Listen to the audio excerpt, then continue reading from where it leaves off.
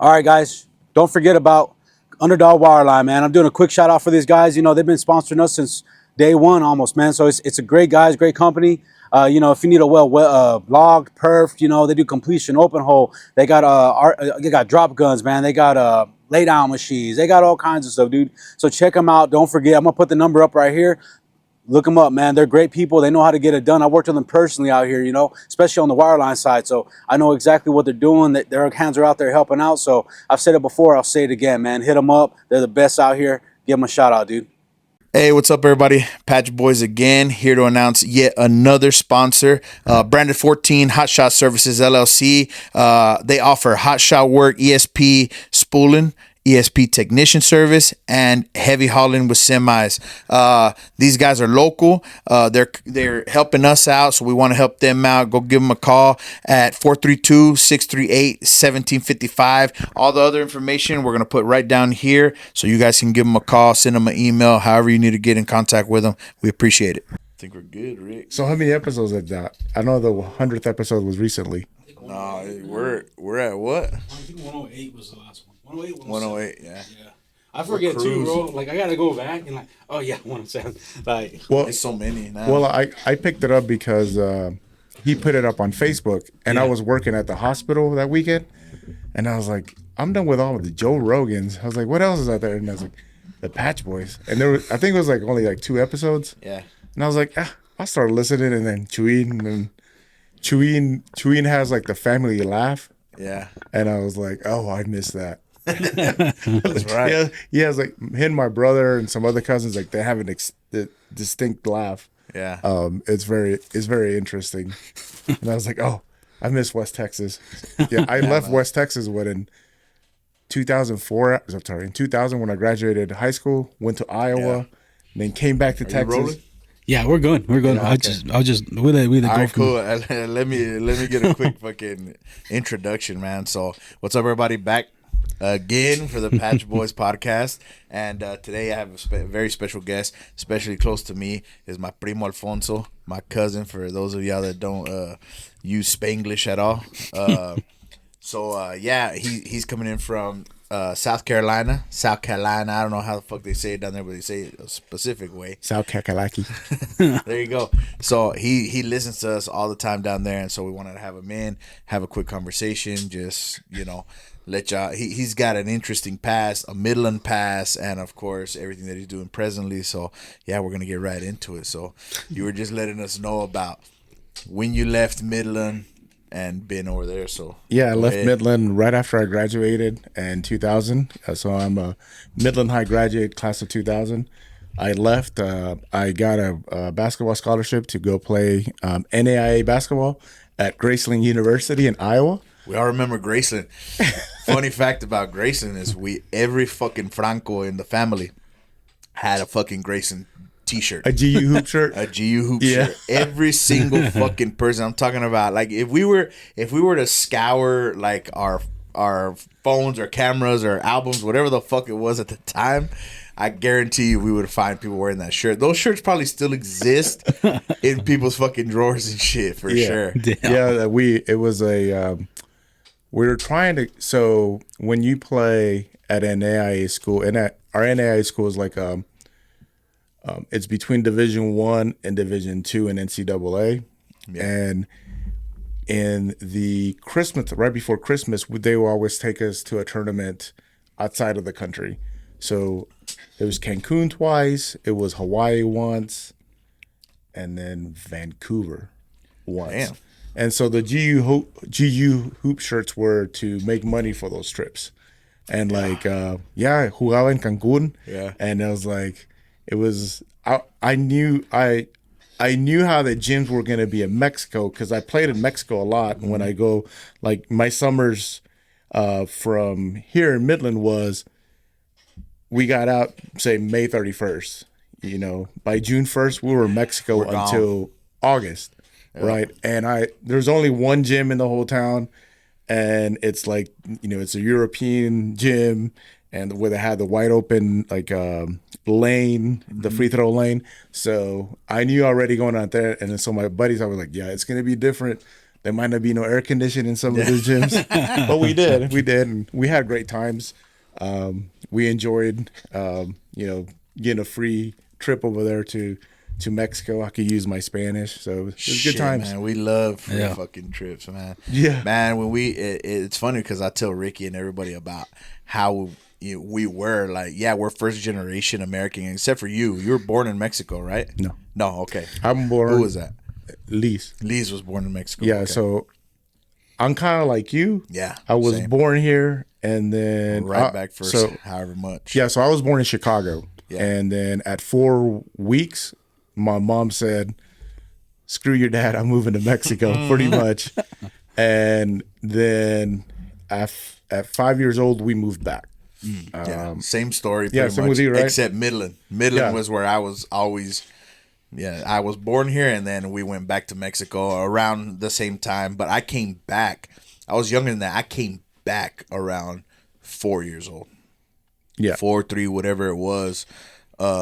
Anyway, but I was in pre-kinder, bilingual, because I was a Spanish speaker. We were Spanish speakers right off the jump. Yeah, and I don't think people like. I know some people out there understand, like, when you're a first generation American, like, you're really deep into Mexican culture, like deep. It's not like the medicine we take, the fucking food we eat, the fucking music we listen to. Like when I got Americanized was because of Brenda. Obviously, Brenda got Americanized first because she came and started going to school, and then she started showing me fucking Tupac and Biggie and all this bullshit, right?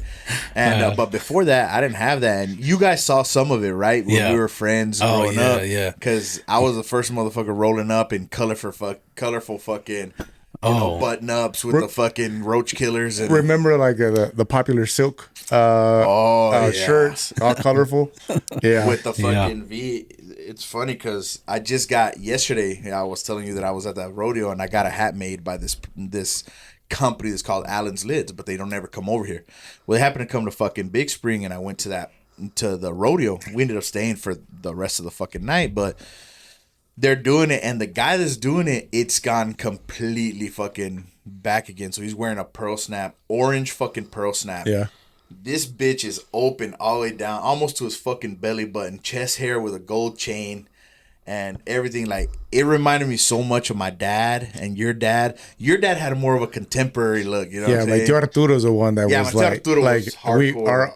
Our uncle, like, if you go to the horse races off of 385, you would see that everybody was wearing chains and the most beautiful, like, different color ostrich boots, and it's crazy. It was a really cool time to grow up. Yeah, because here, like, literally, we would have 3 days off from school. Mom be waiting outside the car in the truck and be like, "All right, we're going to Mexico." Load it up. Like, we were, and like our moms were G's, because they would like go to Mexico on the Greyhound. So the Greyhound station was right here. 5:30 p.m. there was a bus to Presidio. We get there at like around midnight. They cross you over on the border on these vans, and then the first bus, La Chihuahuense, was at 6 a.m. Yeah. So my mom had a 6-year-old and like a 1-year-old waiting at that bus station to go to Chihuahua. We stop in Chihuahua, and then Rápidos Cuauhtémoc to Cuauhtémoc, where my mom's from. Yeah. And we get there like at 8, 9 in the morning. Yeah. And with like tons and tons of clothes and stuff to either sell or give to people. Yeah. And we never went empty-handed. Never. It was just jam-packed. Even on the bus, like, all our clothes, we'd get on the bus. And, of course, so everybody knows, the reason why we're taking Greyhounds and the whole shit is because our dads were here working or whatever the fuck they were doing. So our moms were like, fuck this, we're rolling. And, like, if we had, most of us had barely a vehicle at the time. Barely a vehicle. And I'm talking about, like, you know, like, they were beat to shit. And so that vehicle stayed behind. We would fucking take off on the bus, and it would be one suitcase, one large, and I mean fucking, you want to know where Mexicans get their strength? These fucking suitcases, bro. No wheels, no nothing. And when you grow up as the boy, like, the boys are always the ones fucking lugging this shit around, which is normal, right? Yeah. It's normal. We like it that way.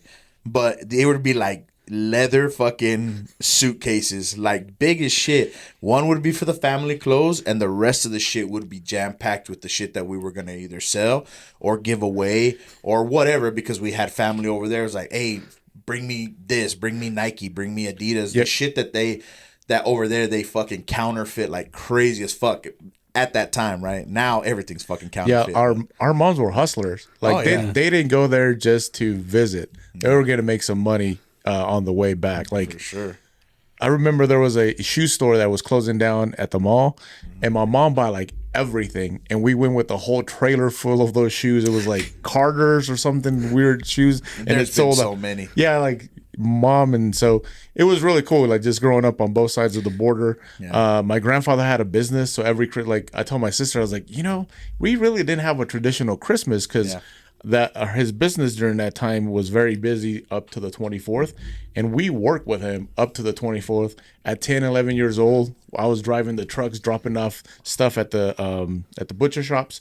So my grandfather sold hominy for menudo and pozole. So like on the 24th, like the carnicera is like, hey, necesitamos 50 kilos or with it, and it's like, all right, ahí vamos, we're on the way, And it was my mom, my cousins from over there, my grandfather, we're on full like nonstop, and like by the end of the day we're worn out. Like we had some tamales or whatever, but it was never like what we do now for our kids. Like it's like a week worth of fucking events. Yeah, no, we it started right after Thanksgiving, and then it was nonstop, and that's peak fucking menudo. And it's peak season. Yeah. So it's still going strong in Chihuahua. But I was like, I need to take my kids and get them to do that for a couple of days. Yeah, man, it's so fucking it's crazy. It's so different, right? And you remember telling you like they would trip out here because I was driving at 9.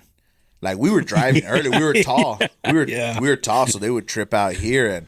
And Fabian knows the best because I would go and pick up Fabian, and it'd be like we're young kids now that are like, hey, get your bike and let's go. And I was pulling up. You remember that little white truck that my dad bought? Yeah. It was like a fucking Mazda, whatever the fuck it was. That little truck. He essentially bought it for me. I went to football practice in junior high, mind you. Football practice in that fucking truck. My parents were working, so they didn't take me. That truck would be at home. I'd walk home, get in the fucking truck, get changed, whatever, and go to football practice. My brother used to have races against go-karts. Remember that Oldsmobile car we had? He would race kids in go-karts because we used to live off of we used to live on the east side off of English, and we were Morgan Way. Yeah, so we all lived in that fucking house. Oh, we did. Everybody. Yes, we all lived at that house. Yeah. It's very different now. Absolutely. Yeah, that's where like the whole like basketball started, was there, like, because right behind the house was Sparks Park. Yeah, which I don't think exists anymore. I don't think it's that park anymore, but there's a park that exists there. I just don't know the name of it. Yeah, it's right next to Viola Coleman. So Viola Coleman was built while we were still living in that area. Mm-hmm. And like the basketball games they had they're amazing. 2, 3 in the morning because they had lights. They were still playing, and it was all raza and black folk, so it was mostly black dudes. Yeah, it was like that and one phase, huh? That's how you get. That's how you get fucking good. You know what I'm saying? Like they were like those guys are like, I didn't play with them because I was younger, but I would just watch. And like I would hear my mom was like, Alfonso, ¿dónde estás? Yeah, because back then it wasn't as. There was like gaps of land between our houses. Yeah, that house sat almost on a hilltop. Yeah, like as close as you can get in Midland to a fucking hilltop. Mm. It was a house. It had a long fucking driveway up to where the house was, and then a long yard in the front, and then the back had no fence, no nothing. It was just bare. Mm. So there's a bunch of land. We didn't have neighbors. It was bare on both sides. Yeah, we didn't have neighbors, and we all lived there. Like your dad started it, and then you guys left, and then my dad, when he moved from Chicago, was there, and then we left, and then one of our cousins, older cousins, lived there, Junior, when he got married. Yeah, damn. Yeah. So we had fucking parties there, like cookouts and shit. That's where it started here. Yeah. That's where mainly we had those cookouts and shit. And I remember them to this day. Like first communion on the street, football on the street. Yeah, man. Yeah, it was interesting living on the east side. Yeah, then you see it now. It's fucking crazy. Yeah, I've been gone. I was like, my God, like there's massive houses over here. It's insane. Crazy. And I was like, the basketball court's not here anymore. And then There's a playground now. well, and then they opened up the YMCA next to Lee Freshman. Oh, And I played a lot there too.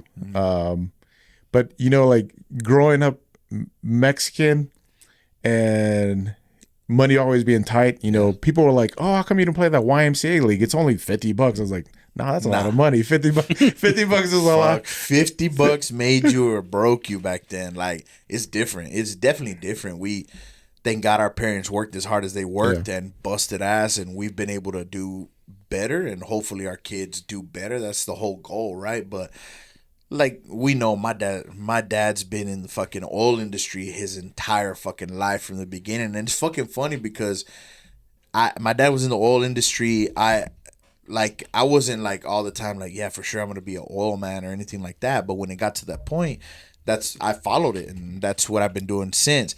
My tío Silvino, which is Alfonso's dad, has been in the medical industry his entire life. Yeah.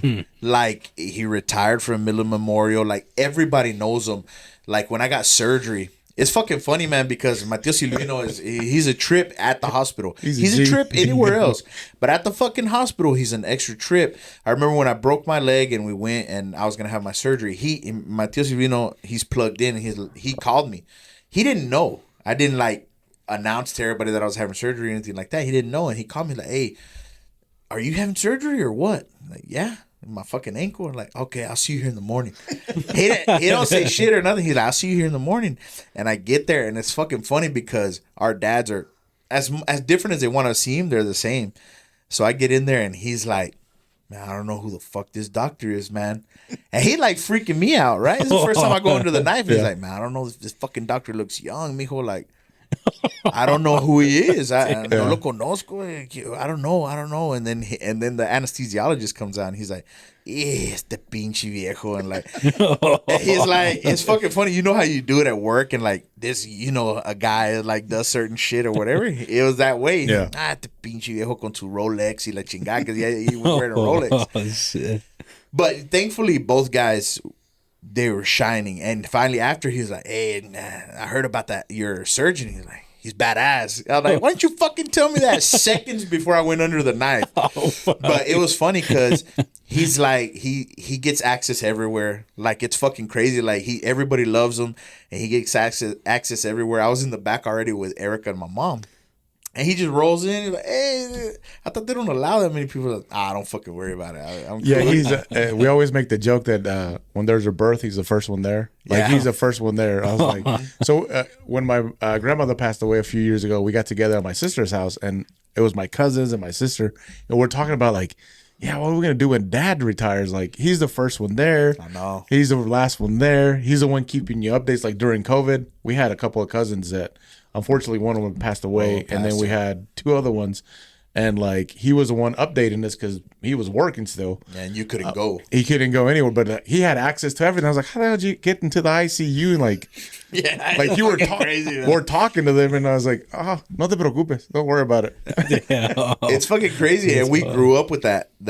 We grew up actually more nervous than anything. Like, that's how I remember. Like, we grew up with more of a fucking toe the line type attitude than our dads did, right? And because they were so nonchalant about shit, we were much more worried about this and worried about that detail and worried about that shit. Because our parents are like, our dads are like, "Yeah, fuck it, we'll worry about it later." They're very laid back. Like, Yeah. so when I moved from Mexico, one of the biggest things was like tornadoes, Oh yeah, and like, as soon as that little tornado, like on what is it, The Channel watch 7 or or whatever yeah. that thing come in, I'll be freaking the hell out. And my dad be like, let's go outside and look at it. no, he'd be like, if I'm gonna die tonight, I'm gonna go take a shower. Like, I was terrified. I was 7, 8, and I was like, "There's a tornado warning," and like nowhere in Midland there's no any basements. Yeah. And I was like, don't worry about it, it'll be fine. And I was just so terrified of tornadoes all the time. You know, We my all had the same stepdad's a lot different, man. He busted in the door when we're playing Blitz,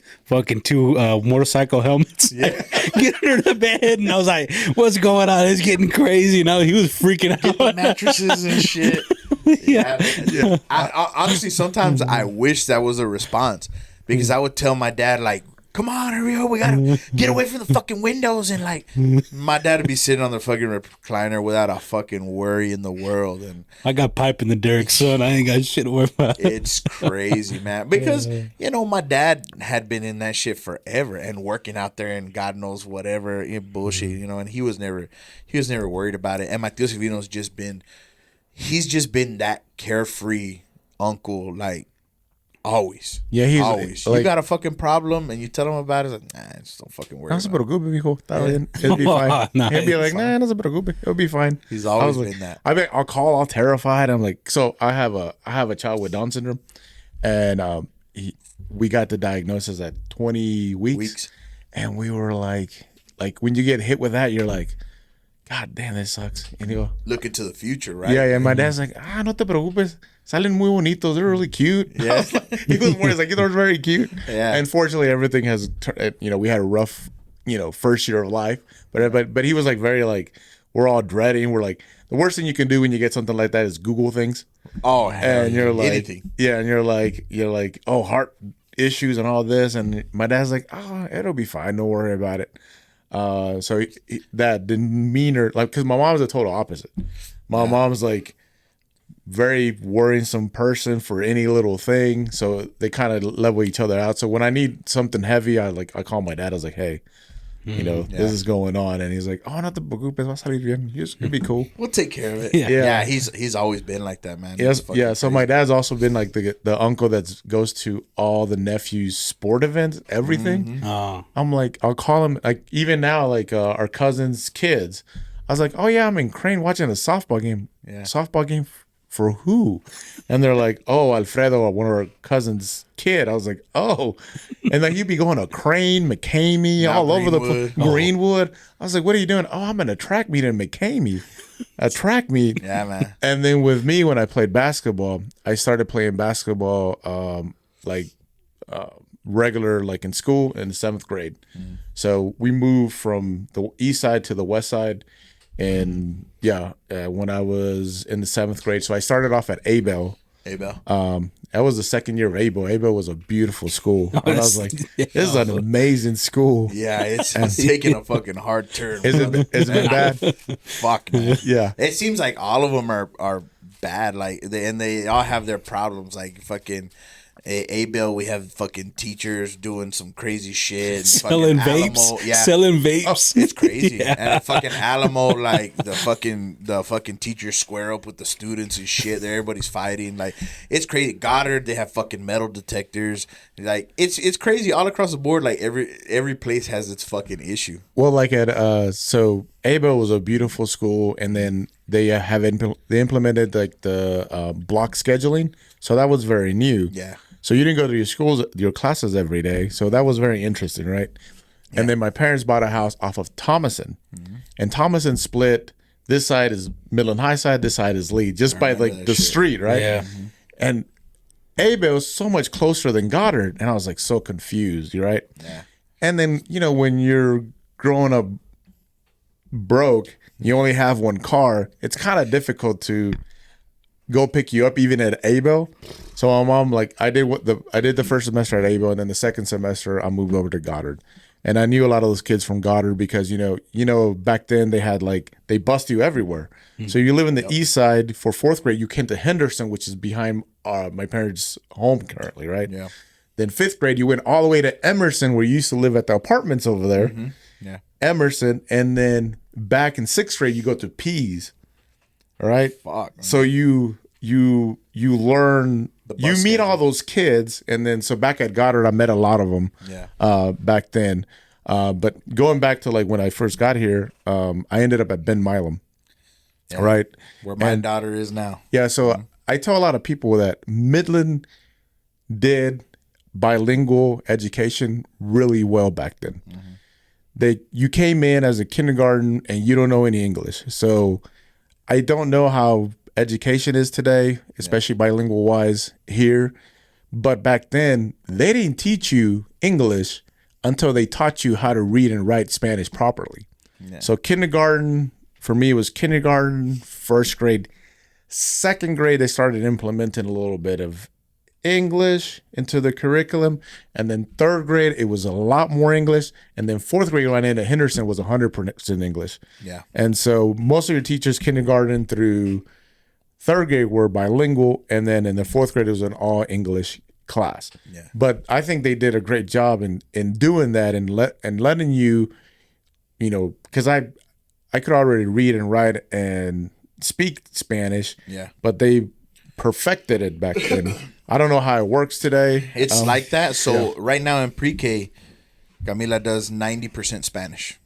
So it's 90% Spanish. Everything, reading, writing, math, everything that they're doing is in Spanish. And then in kindergarten, it will, whatever the percentage is, I don't know the breakdown yet, it'll go a little bit further into English until it's 50-50.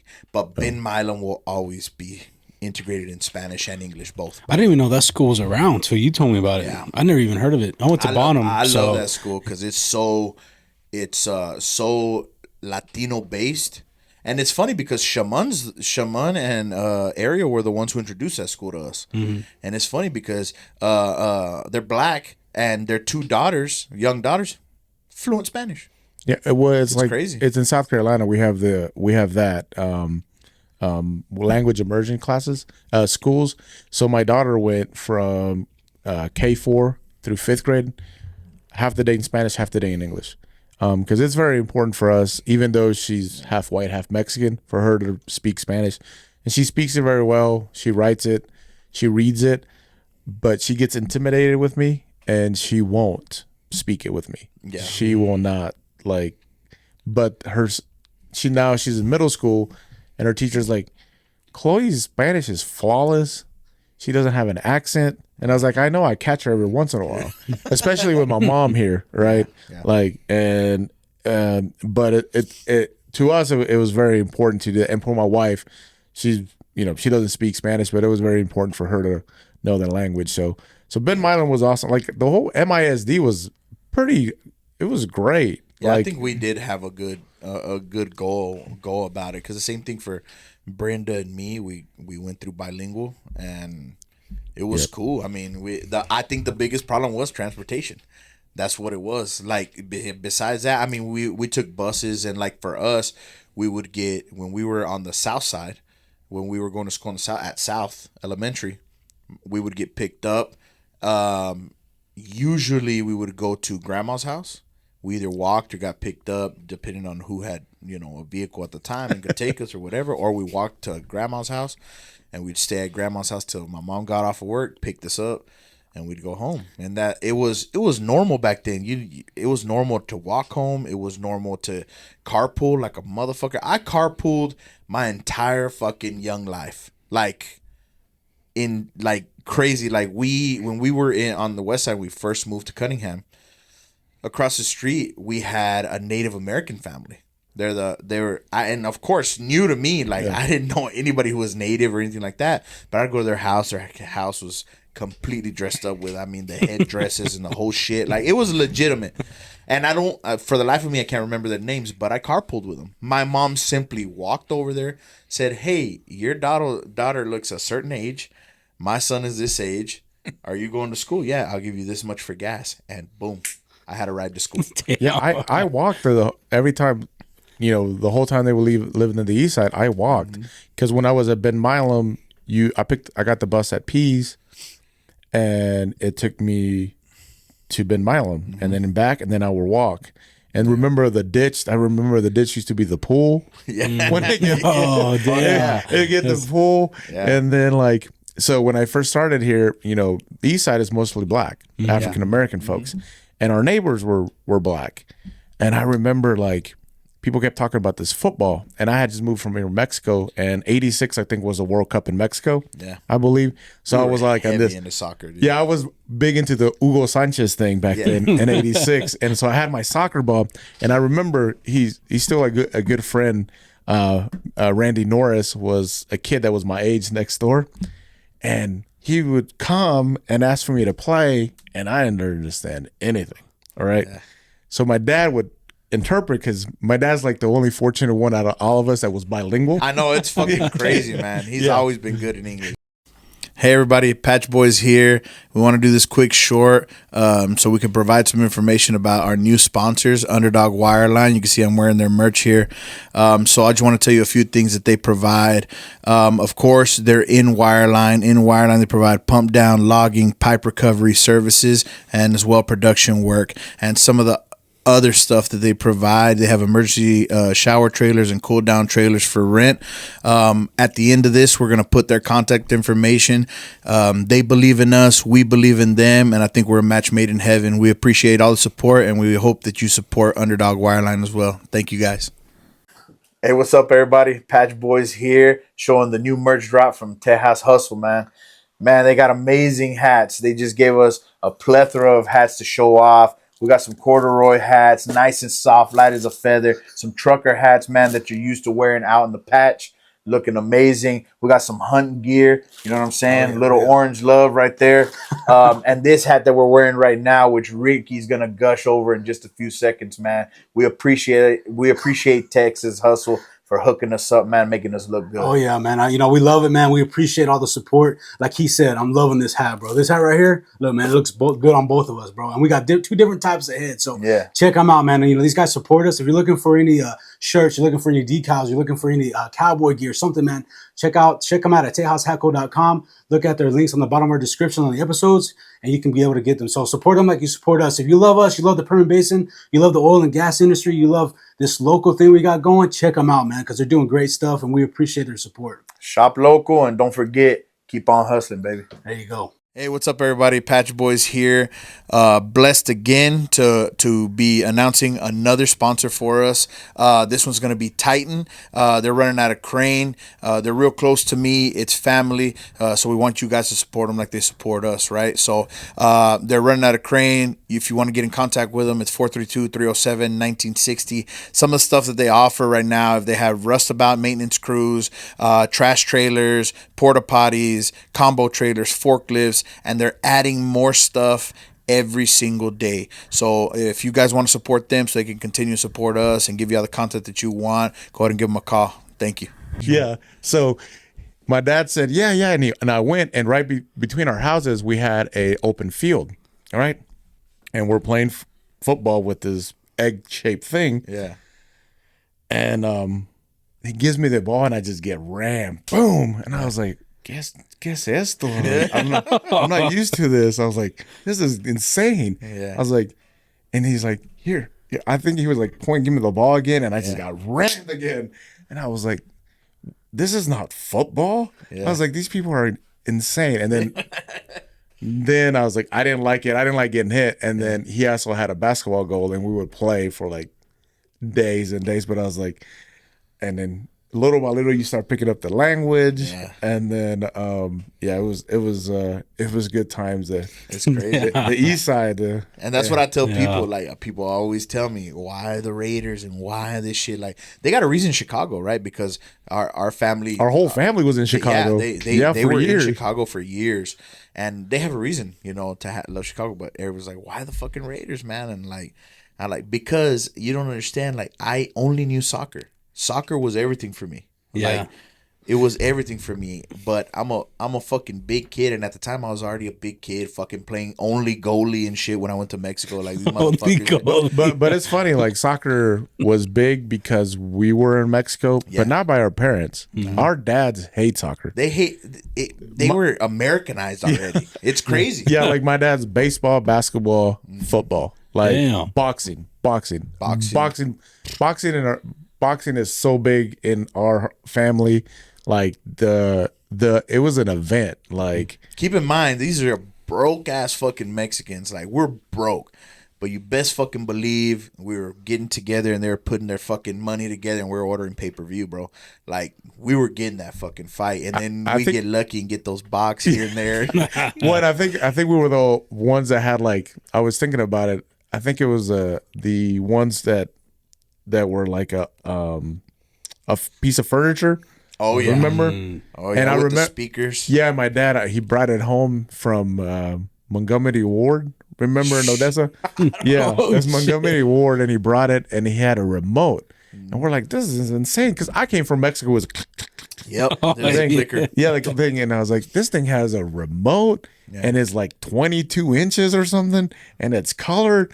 And then they got cable on it. And I was like, oh, this is insane. Yeah. And like, even though we had cable, it never left Univision. Oh, never. Well, because at the time, that was the channel for them. Yeah. That was the channel relaying the fucking news from Mexico and stuff like that. So they watch that shit all the fucking time, man. The novelas, all those fucking From Marimar 6 to and 10, fucking nonstop, yeah, bro. You don't every fuck with Monday that through shit. Friday, 6 to 10. Yeah, man, and that shit. I remember that TV because that TV ended up in my madrina's house and my padrino's house. Yeah. Remember, that's the same fucking TV, and they never got rid of it. They used it as a fucking shelf or whatever the fuck it was.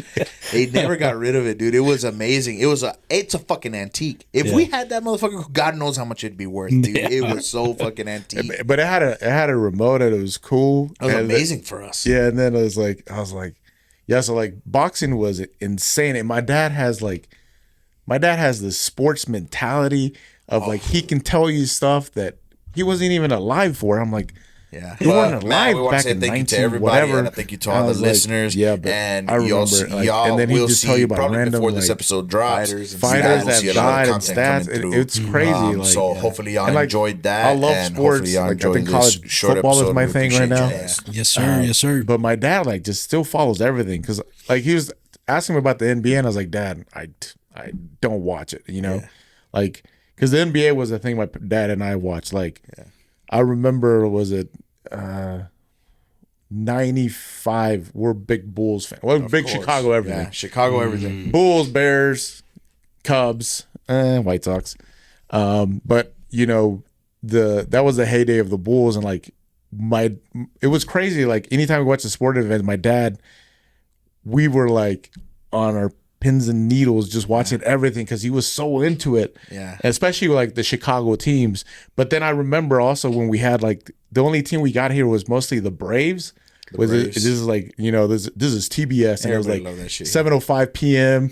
and we watched, and like we're doing the tomahawk in our house because my dad would get into it, and I was like, I remember one time Grisna was born, right, and it was the World Series that the Atlanta Braves Yeah. were. Dale el mic para allá. Oh, Yeah. it was the one with the Atlanta Braves actually won it, Yeah. and we're tomahawking, and we get a call that our first.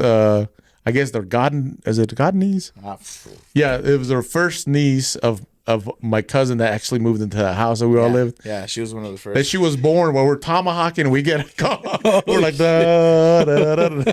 And we're not Braves fans. We always been Cubs fans. We were raised like that's the thing my dad has done very well. I told my brother, I was like, man, you mess it up with your kids. Your kids are Cowboy fans and Raiders fans. Hey, you know, it is what it is. It's like my both my kids love the Bears. You know, my sister also messed up. He loves the Cowboys. Yeah. And here in Midland it's tough, especially when when the Cowboys were so good. And then people were like, well, go back to Chicago. And I was like, well, I'm technically from here. I was like, I was born in Chicago, but like we love the Bears. Go back to Chicago. That's fucking hilarious. That's people's answer everywhere in the United States. I bet you get that shit all the time. Nah, people talk shit all the time about the Raiders, and like, I don't give a fuck. I used to give them so much shit about it. I used to be like, before they got that new stadium, I'd be like, man, we got a better stadium than y'all got over there, bro. You know, Grande Stadium's way better. My ass now. But yeah, it's crazy, and we inherited that shit. It's in our blood. It's in our blood. Like, even my dad is probably the least of everybody. He loved boxing. That was his thing. But my dad's probably the least, sport, centric guy out of all of them. Mm-hmm. But I fucking, since I could watch TV, since I could play sports, I love sports. And the Raiders, continuing on what I was saying before, the Raiders was the first fucking game that I saw. It was a Super Bowl because my neighbor invited me to a Super Bowl party. Never been to one ever. They had a little bit of money. Like, even though we moved to that side of town or whatever from the apartment complex, we were fucking fighting. My dad was fighting to keep us above fucking water, you know what I mean? And they had some money, and they would throw parties and shit. And, hey, we're having a Super Bowl party tomorrow. What the fuck? Super Bowl? All right. Whatever. How to go over? Yeah, these are the Raiders. These are Buccaneers. They're big-time Tampa Bay fans. So it was a big game for them. His dad was a big Tampa Bay fan, so they're putting it on. The Raiders get fucking slaughtered. But one thing that I learned that day was that I love being an adversary. I love it. So the fact that I could be there and talk shit, even on the 1 or 2 good plays that the fucking Raiders had, it made me feel good. I felt good, and I've fucking taken that ever since. Like when we get together, you would think it's funny. Like you go to my house, and let's say we get together for the Bears and the Raiders. Yeah, you got into it with my brother about a Bears game that's gonna happen. Bears, and they're like, yeah, they had to shut us down at a family event like a month ago. Yes, Damn. But we do this every time. Like, and I tell everybody because everybody's like, man, the way you and your family talks to each other and shit like that. Like, but I'll tell you what. My family isn't the family that, hey, we're gonna stop talking or we're gonna not talk to so and so. Nah, man, we might talk shit, get pissed off, have problems all the time, whatever. But when it's time, we're there talking to each other like it ain't shit. and yeah, we might talk shit to each other. I'm like the most even keel, middle of the road person, but like I get along with everybody, right? So, but when you need something, they're all there for you. Like when my son had all the health issues, we actually ended up in Boston. And so we just had tons of support and money just pouring because, even though like insurance and stuff takes care of, like we were a month in Boston. So for all those bills, like I was like, everything. Diaz, he's like, oh, aquí están 500 bolas. I was like, I hear $2,000. I was like, what the hell? Yeah. I was like, man, they're amazing. That's awesome. That's a blessing, man. That helps out for sure. Yeah, it's crazy how we grow up. We grew up very much, everybody kind of in their own family, keeping to themselves. But the way that we get together, man, and my tío Arturo was a big part of that. My tío Arturo was the main center of the family. And mainly because if he said jump, the dads would jump. My dad, his dad, if he said, hey, you're fucking coming over, or hey, do this, or hey, whatever, he was kind of that. So he was the patriarch there of their family because my grandfather died very early. He died. He was 35. Mm-hmm. Yeah, I just had the conversation. So our grandfather actually was a sheriff in different parts of Chihuahua. Yeah. Nahuac, which is really close to where my mom's from. Ojinaga. Back when Presidio and Ojinaga was just a fucking line in the dirt. It was the same shit. It was the same shit. So he actually got shot in like when my dad was telling me he was ambushed by some people. These people were cattle rustlers, and he had been trying to get him, and they heard that he's been trying to get him, and they actually ambushed him. They called him to come out, and my dad's story was like, they come out, they shot him, and the guy that was with my grandfather was actually able to shoot killed two of them. He killed 2 of them. And the third one was still alive, and he told the other sergeant, like the other police guy that was with him, he's like, go end him. And I was like, oh, insane. That's his grandpa right there, baby. Yeah. And my dad was like, yeah, I was 6. And he's like, and just the world had just different. Yeah, because at that time my dad ended up in Texas with one of my grandfather's uncles. Mm-hmm. So that's why my dad has been bilingual for so long. Mm-hmm. Your dad ended up in Mexico, right? In Mexico. With another aunt. Uh-huh. Because it was difficult times for my grandmother to have so many kids that they had. Yeah. And so, all over the place. And my tío Arturo was the oldest. He was in his teens already, I believe. Yeah, and my tía Griselda. And Maria La Luz. My tía Griselda was youngest. Yeah. Your dad and my tía Griselda were the youngest. So, so it was like, so my dad's been in the United States since he was 7. Dang. Yeah, since he was 7. And then at 18, he, one of our other uncles on my grandmother's side moved to Chicago. And he's like, I'm going to move to Chicago. So my dad, when he moved to Chicago, he was the original interpreter and Uber for a lot of Hispanic people. He'd be going to doctor appointments with them after work. He'd be giving them rides to jobs. Yeah. Hey, my dad would tell me like stories. Like there was a story he told me about like, these 3 guys that he picked up because my dad worked for the Coca-Cola company. You remember when they had the big like refillable canisters for that shit. So that was his job, right? But he would go on to make $10 extra off each guy. He would give them a ride to their job, and it was on the way, right? And all of a sudden, they're like, no, you're charging us too much. And some other guy, my dad told him, I was like, the reason I charge you is because I'm reliable. These other dude might get drunk, might not come. And he's like, you're trying to save $2. The other guy was going to charge him $8. Yeah. 2 weeks later, they came back because that happened. Yeah. So my dad, my dad, like they just have crazy stories in Chicago. Like, Well, they ran like a gang. It was so many of them. Yeah. So they ran like a gang. All of them always armed. They come from a place that was like the Wild West at the time. Like literally, my dad would tell me stories about where he lived as a kid and growing up, and the families would literally have feuds over a fucking cow and whole families over a fucking cow. That's like crazy shit he would tell me, and like that's how it was over there. It still is to a certain extent. Like certain families have more power in these little towns in the fucking mountains and stuff like that, right? But they came down here, all of them got fucking guns, all of them, like it was a normal deal. And of course Chicago, everybody knows Chicago's fucking infamous, you know, Al Capone, the whole shit, you know what I mean? And that's how they ran. Yeah, they ran like that all the time. My dad always tells a story of when my mom's pregnant with me, and my dad always had sports cars, and they always live on the south side of Chicago. La California and 18. That's the Mexican part of Chicago. I think it still is, because most of my family, I still have a lot of family in Chicago on my mom's side. That's where my mom and dad met. And my mom said that somebody tried to stick him up, and my dad pulled a gun. And there was a guy sitting on the stoop, and my dad looked pretty Mexican, and the guy said, shoot him, shoot that motherfucker, amigo.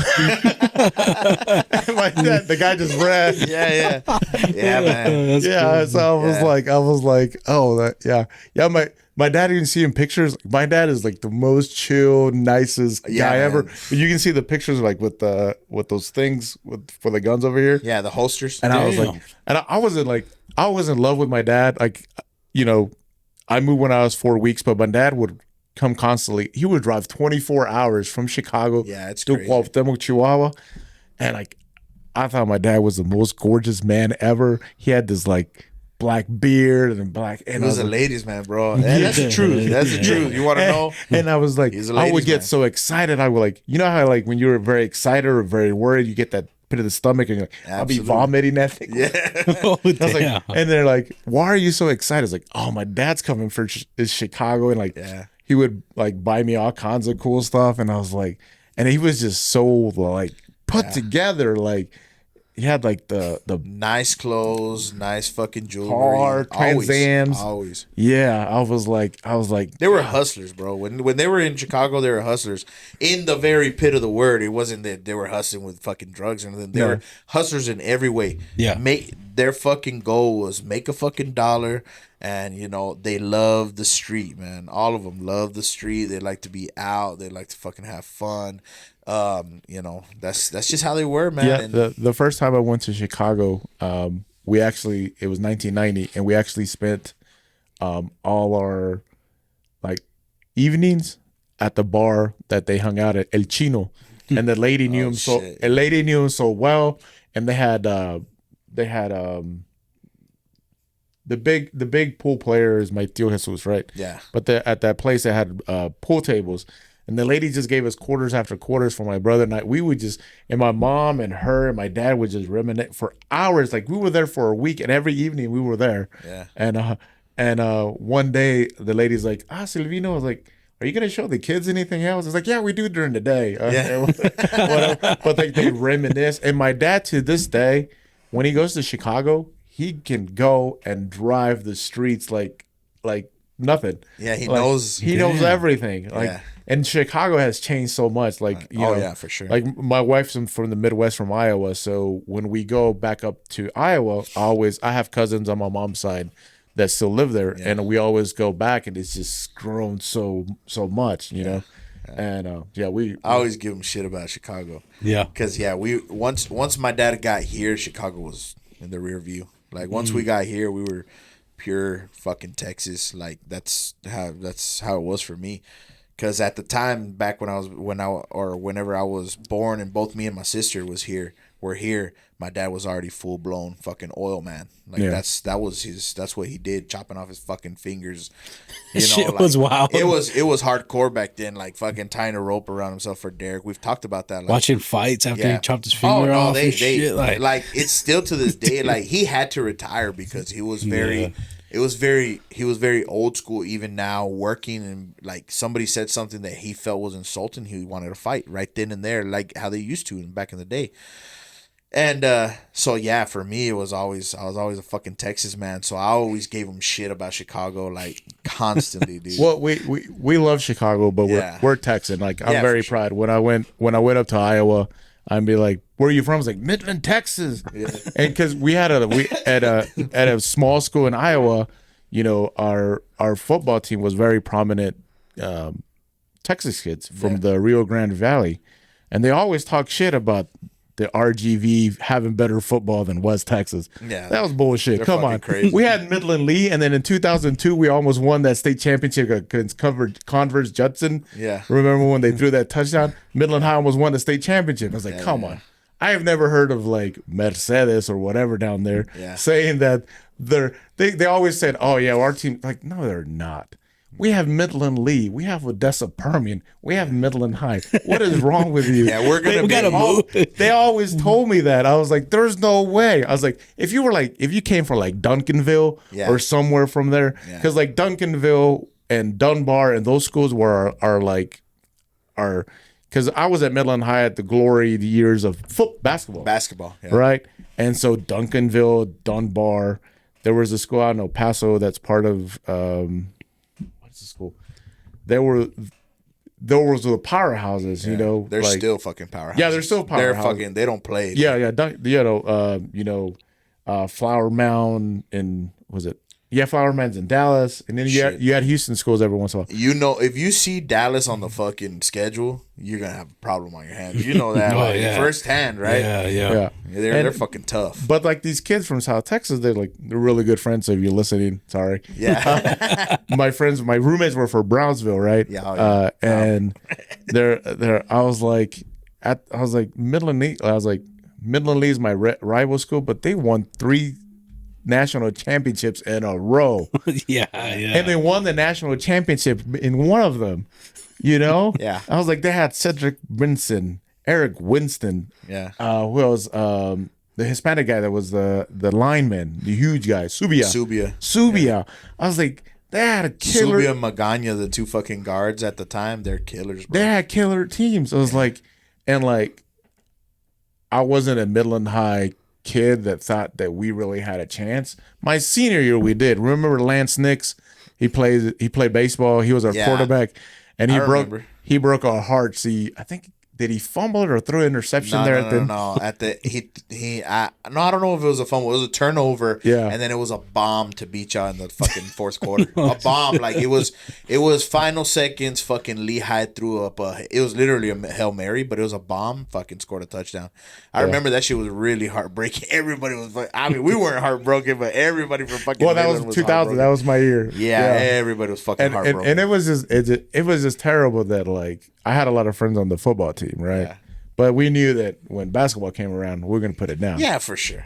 For sure. We had a thing called put the dick down, a PDD or something that we said. And it was a rival in basketball, but we were very cordial. Yeah. Because I remember we were playing Lee, and Eric Winston was their center. Yeah. And I thought he was just going to be a total asshole or whatever, but sweet kid. He was like our star player at the time was Blake Johnston. He went to Oklahoma, and he took it to the rack, and he got leveled by Eric. Yeah. And he was so apologetic. He's like, "I'm sorry. That's not the way I play. Yeah. I am so sorry." But it's like those games, and then Roy Williams at Permian, we played. I had 3 threes in his eye. I like Roy Williams. That's crazy, man. I love Roy Williams. He was so athletic. Oh my God. And he was like, he was so good at basketball. Yeah. But I knew since, I think the Roy I think he went to Nimitz. Nimitz Junior. I have no idea who went junior. I don't know. I think Nimitz maybe or Hood. I don't remember, but like Hood, I never heard of a good fucking sports team at Hood ever, so it had to be Nimitz. I always say Nimitz. Yeah, Nimitz in junior high was the sports place for. Well, yeah, Nimitz was a thing, and then they like fed into Permian. I think the other one was like we went to Ector. Yeah, forget about those motherfuckers. And when we got them on the fucking schedule, we're like W, Yeah, what one? Bowie, W. Well, Odessa High was also like an afterthought back then. Oh yeah, Yeah, because like our division was always, it was Midland High, Midland Lee, Odessa Pyramid, Odessa High, and then San Angelo. San Angelo. And San Angelo, when my senior year, they had an amazing kid there. I don't remember his name, but I think he went D1. And man, the kid could ball. Yeah. Like he was amazing. Yeah. And then we played for a state championship in '98. I wasn't on that team. I was on the JV. Yeah. But '99 and 2000, we played. He made it to the NBA. Yeah. I forgot his name. He tomahawk dunked on me. Oh shit. Oh shit. Yeah, but basketball. Like, I wasn't a great athlete. Yeah. The only thing that I could do very well is shoot a 3-pointer. I hated to run. I hated to play defense. Yeah. I could rebound. I'm 6'1", but I could shoot a 3. Yeah. Like I could shoot a 3. Like no. Yeah, you could always shoot. Yeah, and that comes from my dad. Like my dad's and when I wasn't even thinking about going to play college ball until Coach Stevenson here is like, I think you can play at a small school somewhere. Yeah. And I think he set up something at Solros down at Alpine. Yeah. But they don't give basketball scholarships. They would give you like a rodeo scholarship or something of some sort. And then the coach from Iowa, his daughter got a job teaching here and moved here and was at a summer league games a couple years before, and so this pipeline started from Midland. Oh shit! Up there, So we had really good couple of women basketball players. Michelle Acosta's one of them. She was really good. She actually played professionally. She got there to Sweden and tore up her knee. Fuck. Yeah, and she actually lives in South Texas now. Yeah. We keep up with them. And then Coach Stevenson, his son, played there too with us. And it was just fun. Like we played a lot of Midwestern schools. And Shelly played basketball, yeah? Yeah, my wife played basketball and volleyball. Yeah, my wife, I'm 6'1", my wife is 6 foot. Yeah, Shelly's an athlete, bro. Yeah, and my kid's like, my kid's 13 and she's like 5'8". Yeah. Damn. And She's gonna be very tall. She's a volleyball player. Yeah. And like it was very interesting. Like we played all in Minnesota, Iowa, Missouri, Kansas. Yeah. So when you play NAIA, it's not like Division I when you get in a van. Yeah. And like there's snow. You can't see nothing in the snow. The snow is blinding and you have deer going and you're like, all right, we have to make it to Benedict College, in Atkinson, Kansas. Wow. Or like our longest trip was like Lindenwood University in St. Louis. I think it was like 6 or 7 hours. And we did get like a charter bus with those, right? Yeah. And like every school had like just different types of flooring that they played. Like there was a school in Kansas City called William Jewell, and their stuff is plastic instead of hardwood. Hardwood. What do you mean, like cord? It's plastic. Oh, dang. That's fucking crazy. Yeah. It wasn't hard. It wasn't hard. It's not that shit that had like the gaps in it. No, not like the one at the Taylor Boys and Girls Club. No. It was just made out of. It didn't give, but it was like not hardwood, and like there was and like your shoes got to be fucking terrible on that. Yeah, shit. and there was another one like I don't know if you guys ever seen the Vanderbilt University basketball gym, but it's like it's rised, and you sit on the sides, and so it's risen. It's off the floor. Yeah. So there was one Missouri Valley. Had their shit like that. Yeah, and it was like everything else was dark, and I was like, this is weird. And then the funniest story about basketball is like after 9/11, my parents drove up there to watch me play a game. I remember them going up there. I was like, fuck. That's rough. This was after 9/11, right? And so it was right. We always played a game right before Thanksgiving, and then we were off for Thanksgiving, and we'd have to come back until everybody else, right? But we had a game that right the day of we're off. Yeah. And my parents arrive, and no one's going to our games because everybody's gone. There's like four. there was like 4 people, and it's my sister, my dad, and my mom, and a few other people, right? And we're playing a game, and I'm playing all right, and I'm shooting a free throw, and all you hear is my mom, voltea para tomarte una foto, which is turn around so I can take a picture of you in the gym. Look at the camera. The coach took me out. The coach took me out. I was like, Franco, what was that? I was like, oh, my mom wanted me to take a picture of me. That's regular shit. Yeah, like that was a great thing. Is like moms did not know like basketball. They don't give a fuck. Like she helped at like one of the tournaments here. You know, we have them here at Chap Center. Yeah, and we were playing somebody. What was it? Somebody from Dallas. Yeah, and I hurt my ankle. And all I hear, "Ay, mijo," and this is like the Chap Center. You can hear everything. He's like, "Ay, mijo." I was like, "Oh, my mom's." That was always constant. I mean, I swear, all of us fucking constantly fucking rolling our ankles, dude. I did that shit all the time playing football. Like my fucking shoes were always padded like a motherfucker when I played football. This motherfucker was always like, you got used to it. Like you just get a sprain and be like, yeah, it'll fucking go away after a while or whatever the fuck. Like, and then like every time my mom would go to a game and the guys were really big and they're like, "You gonna play against these guys?" Because one time when they went to Iowa to play, we were playing a Division I junior college. Oh shit! So there. And like these guys were all going to D1 schools, and like there was like guys that were like 400 pounds that were 6'9", just dunking. I was like, this now those motherfuckers are 7 foot hitting threes. And shit. I was like, this is crazy. Insane. I was like, yeah, we're gonna play against these guys. I was like, so Iowa was pretty cool. Yeah, I mean, you've been all over the place now, and now in South Carolina. But now in South Carolina, what's your line of work now? Like, what's your job? Like, what's your title? Like, so I got it.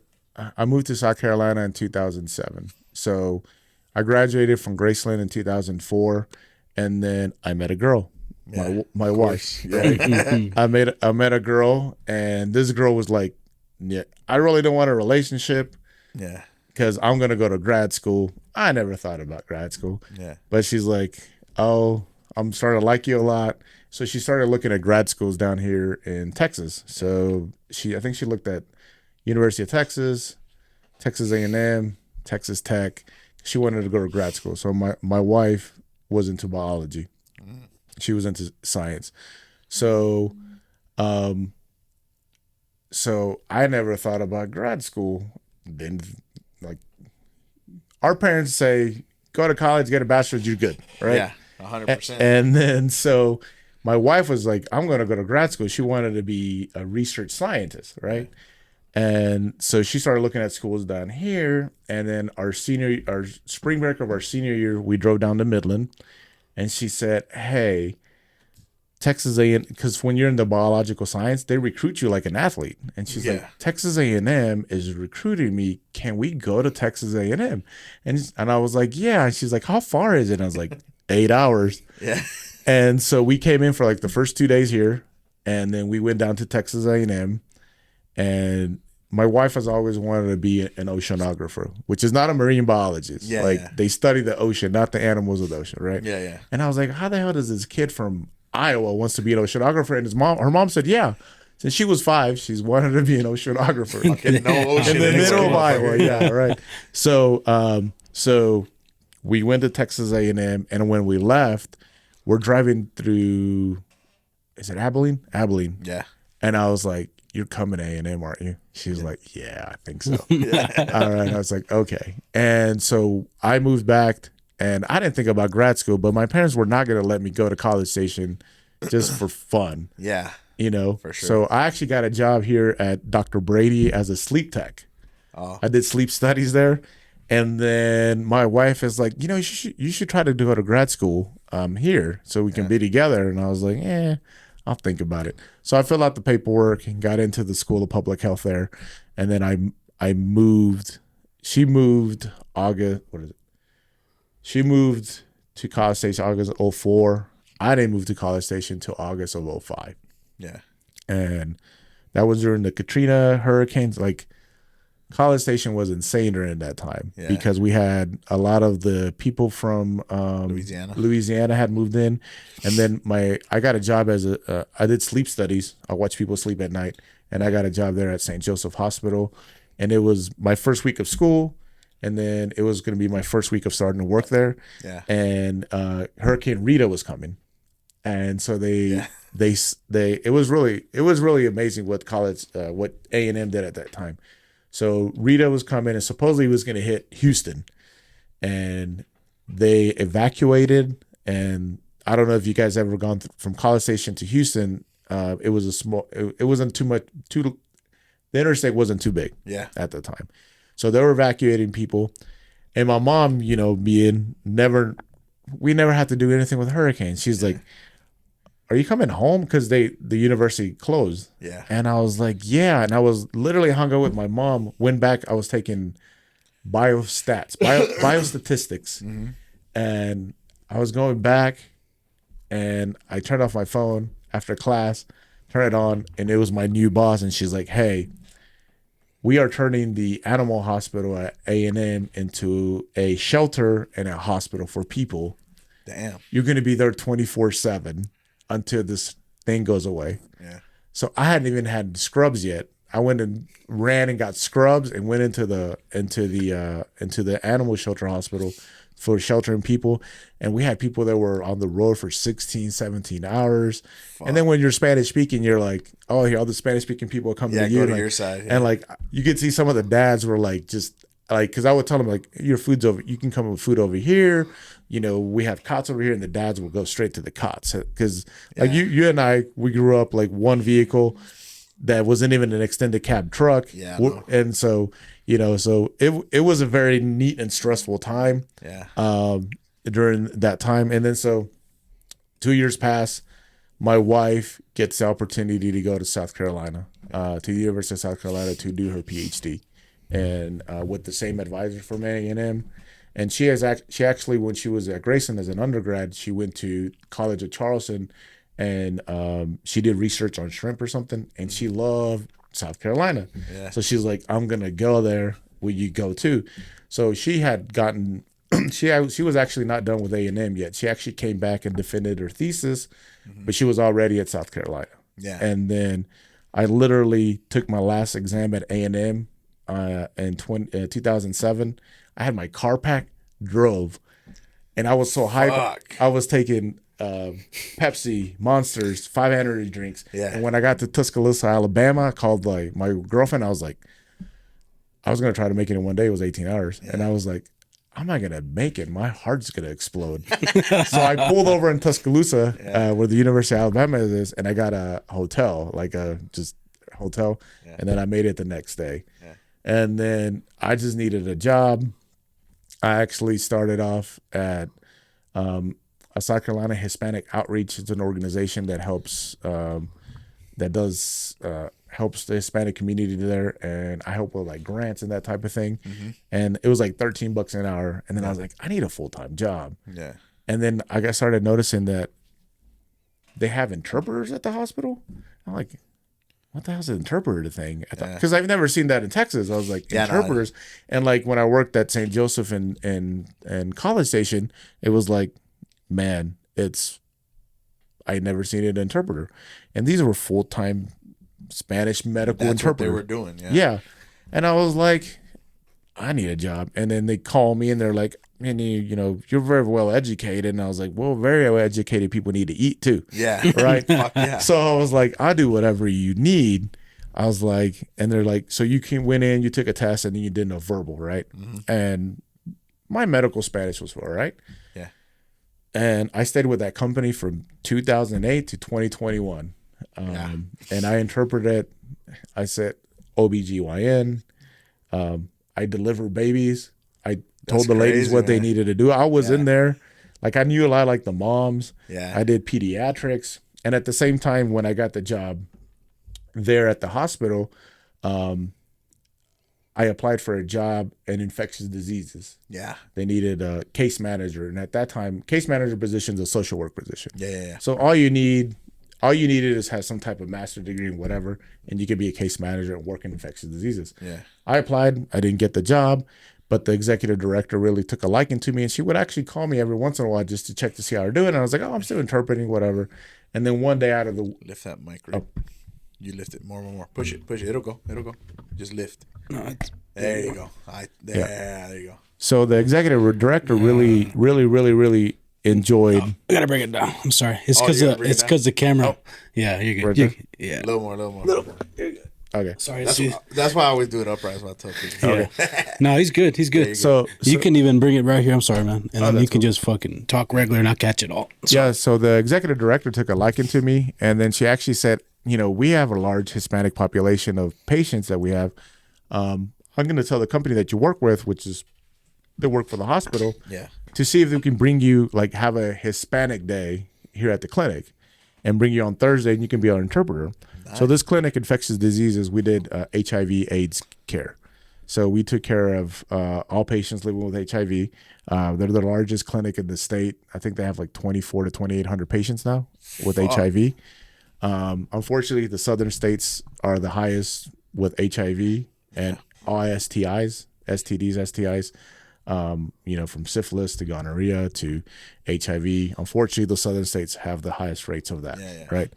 And so I started off going Thursdays to interpret, and then one day I emailed the executive director. I was like, "Are there any openings?" And they're like, "Oh yeah, there is this new opening for that. It's called an assistant case manager." Yeah. And I was like, "Yeah." So I applied. I got the job, and I got the job at the worst time. So in HIV AIDS, most states have programs that help you with medications. So if you test positive with HIV and you don't have insurance, it's called the Ryan White grant. Mm-hmm. So that covers your medical appointments, and it covers your labs, and it also covers medications if you're at a certain amount of income, right? Yeah. And so at that time, the state of South Carolina took away that funding. Fuck. So people can still go to the doctor and get their labs for the medication part. Yeah. It was when we were having the economic downturn. Yeah. So it was natural that funding was going to go away. Yeah. And so what we had to do is we had to go to each individual drug company and ask for the medications. Shit. Yeah. So it was a very interesting time. So like, I know a lot about how to get HIV medications and other stuff because, like, at the time for HIV care, it was a cocktail of usually 3 to 4 medications. Yeah. And all 3 of them did not come from the same company. One would come from Bristol Myers Squibb, one would come from Gilead, and another one would come from, it was called Abbott at the time, it's called Abby.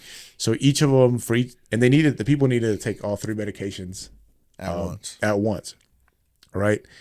And they all had different forms. They have different ways they come. So a lot of us was educating patients on, this medication, they're going to send you a 90-day supply.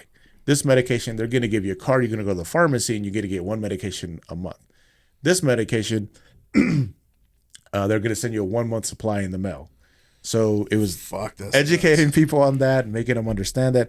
And then there's also a lot of like mental health issues. There's a lot of poverty. Unfortunately, HIV is very poverty stricken. Yeah. And there's also a lot of sex education.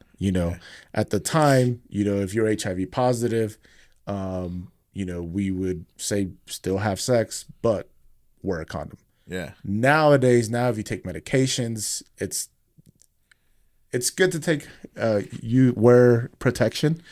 Well, I see all this shit well, of course, now that's so fucking like published, like all this shit, like now the medication that's like PrEP medication. Yeah. I see that shit all the time now. I don't know what the fuck it is or what it does, but I see it all the time. So PrEP is medication that you take to prevent HIV. Yeah, if you're high risk or whatever the fuck. High risk, right? Yeah. At the beginning of it, I wasn't too thrilled about it because the studies at the beginning said that use PrEP with condom use. Well, just condom use and that'll help. And but it's gotten better now, and so I'll work with a lot of our LGBTQ population, transgender patients. I had 4 Spanish-speaking transgender ladies that were transitioning, and they were actually getting their hormones from Mexico, and so that was messing up their labs like crazy. And we're like, "What are you doing?" It's like, "Oh, sí, las traigo de Mexico." I was like, "Oh, yeah." So we had to look, and I was like, "Oh." And Mexico doesn't have. It's funny because like Mexico, for the same reason that some people love it, other people it's fucking rough because people love it because there's no like Yeah, there's no restrictions, just no easy. restrictions. Yeah, It's easy and you can whatever. But Yeah. when you have something like that can be potentially fatal and shit, like fuck, you want to know that you're taking the right shit, right? But it's Yeah, and so we've started actually working towards helping them get their hormones. Yeah. So, like one of them actually, I've been out of the clinic since 2021, and one actually texted me and said, "Hey, can you get the clinic, because we do provide transportation." Because the most important part of like HIV care is that people continue coming into the medical care, because it's a public health thing. yeah. Like as long as they're in care, they're taking their meds, they're going to be fine, and the possibility of them giving it to somebody else drops dramatically, right? Yeah. And that's part of part of lessening the fucking curve. Yeah. But it's been huge, right? Like the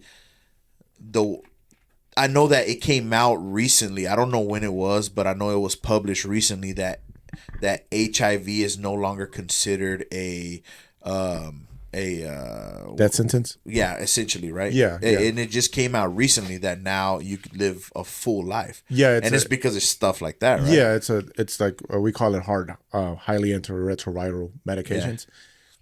Yeah, and nowadays it's like one pill, maybe a little bit smaller than my nail, that they have once a day.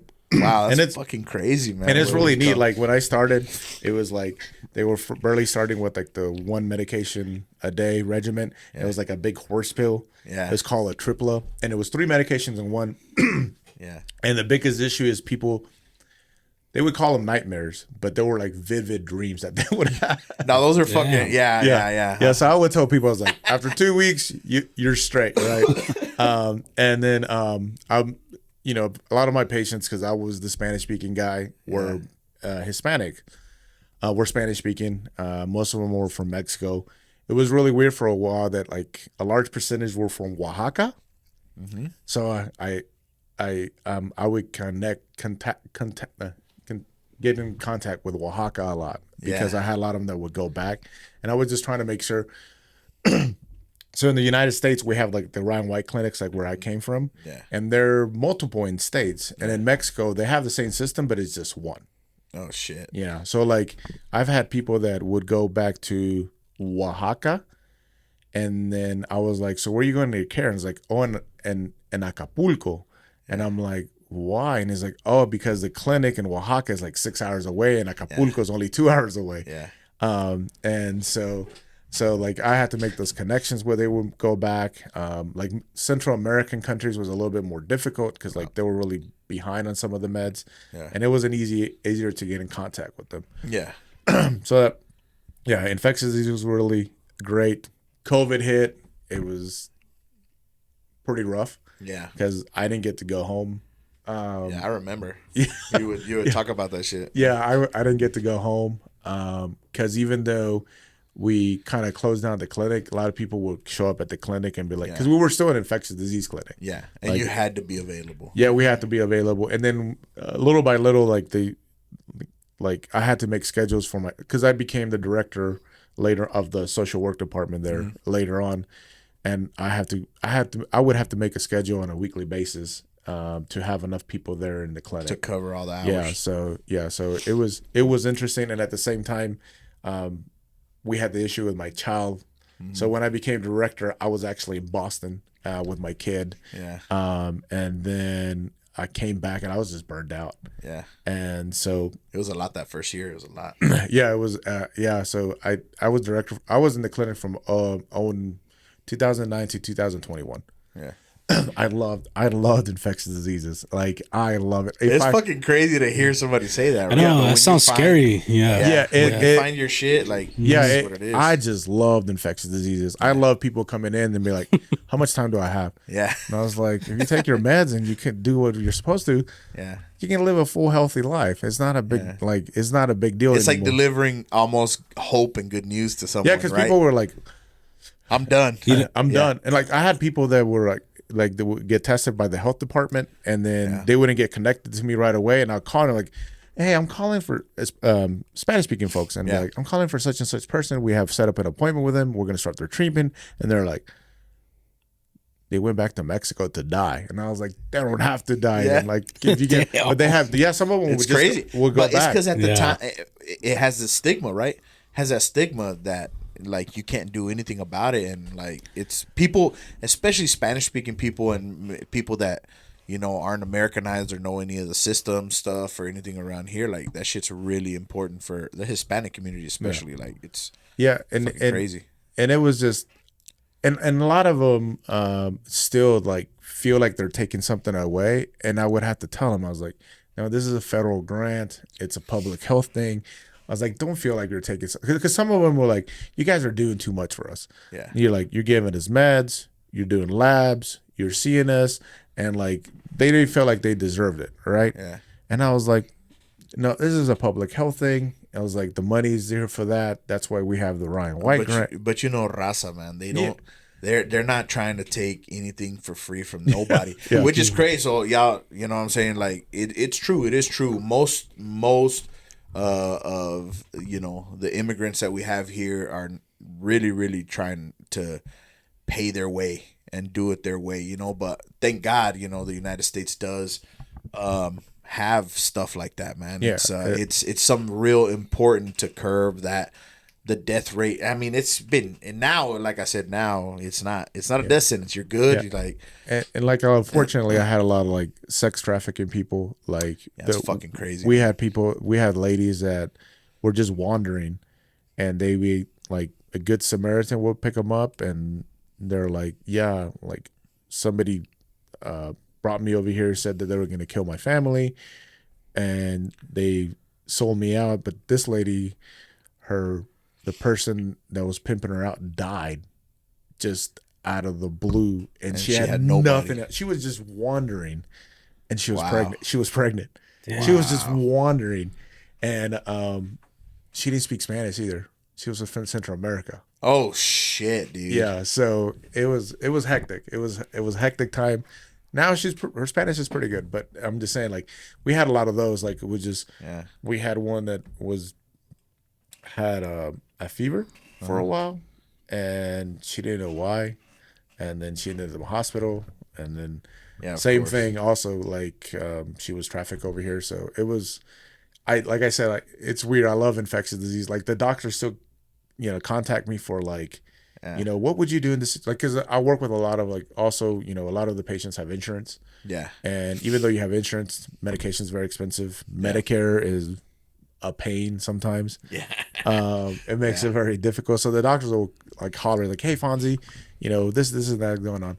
But I loved it. But then I got the opportunity to work from home and do public health. That's amazing, dude. Yeah, but do public health. And it was God sent. Yeah, I get to take my kid to all his therapies.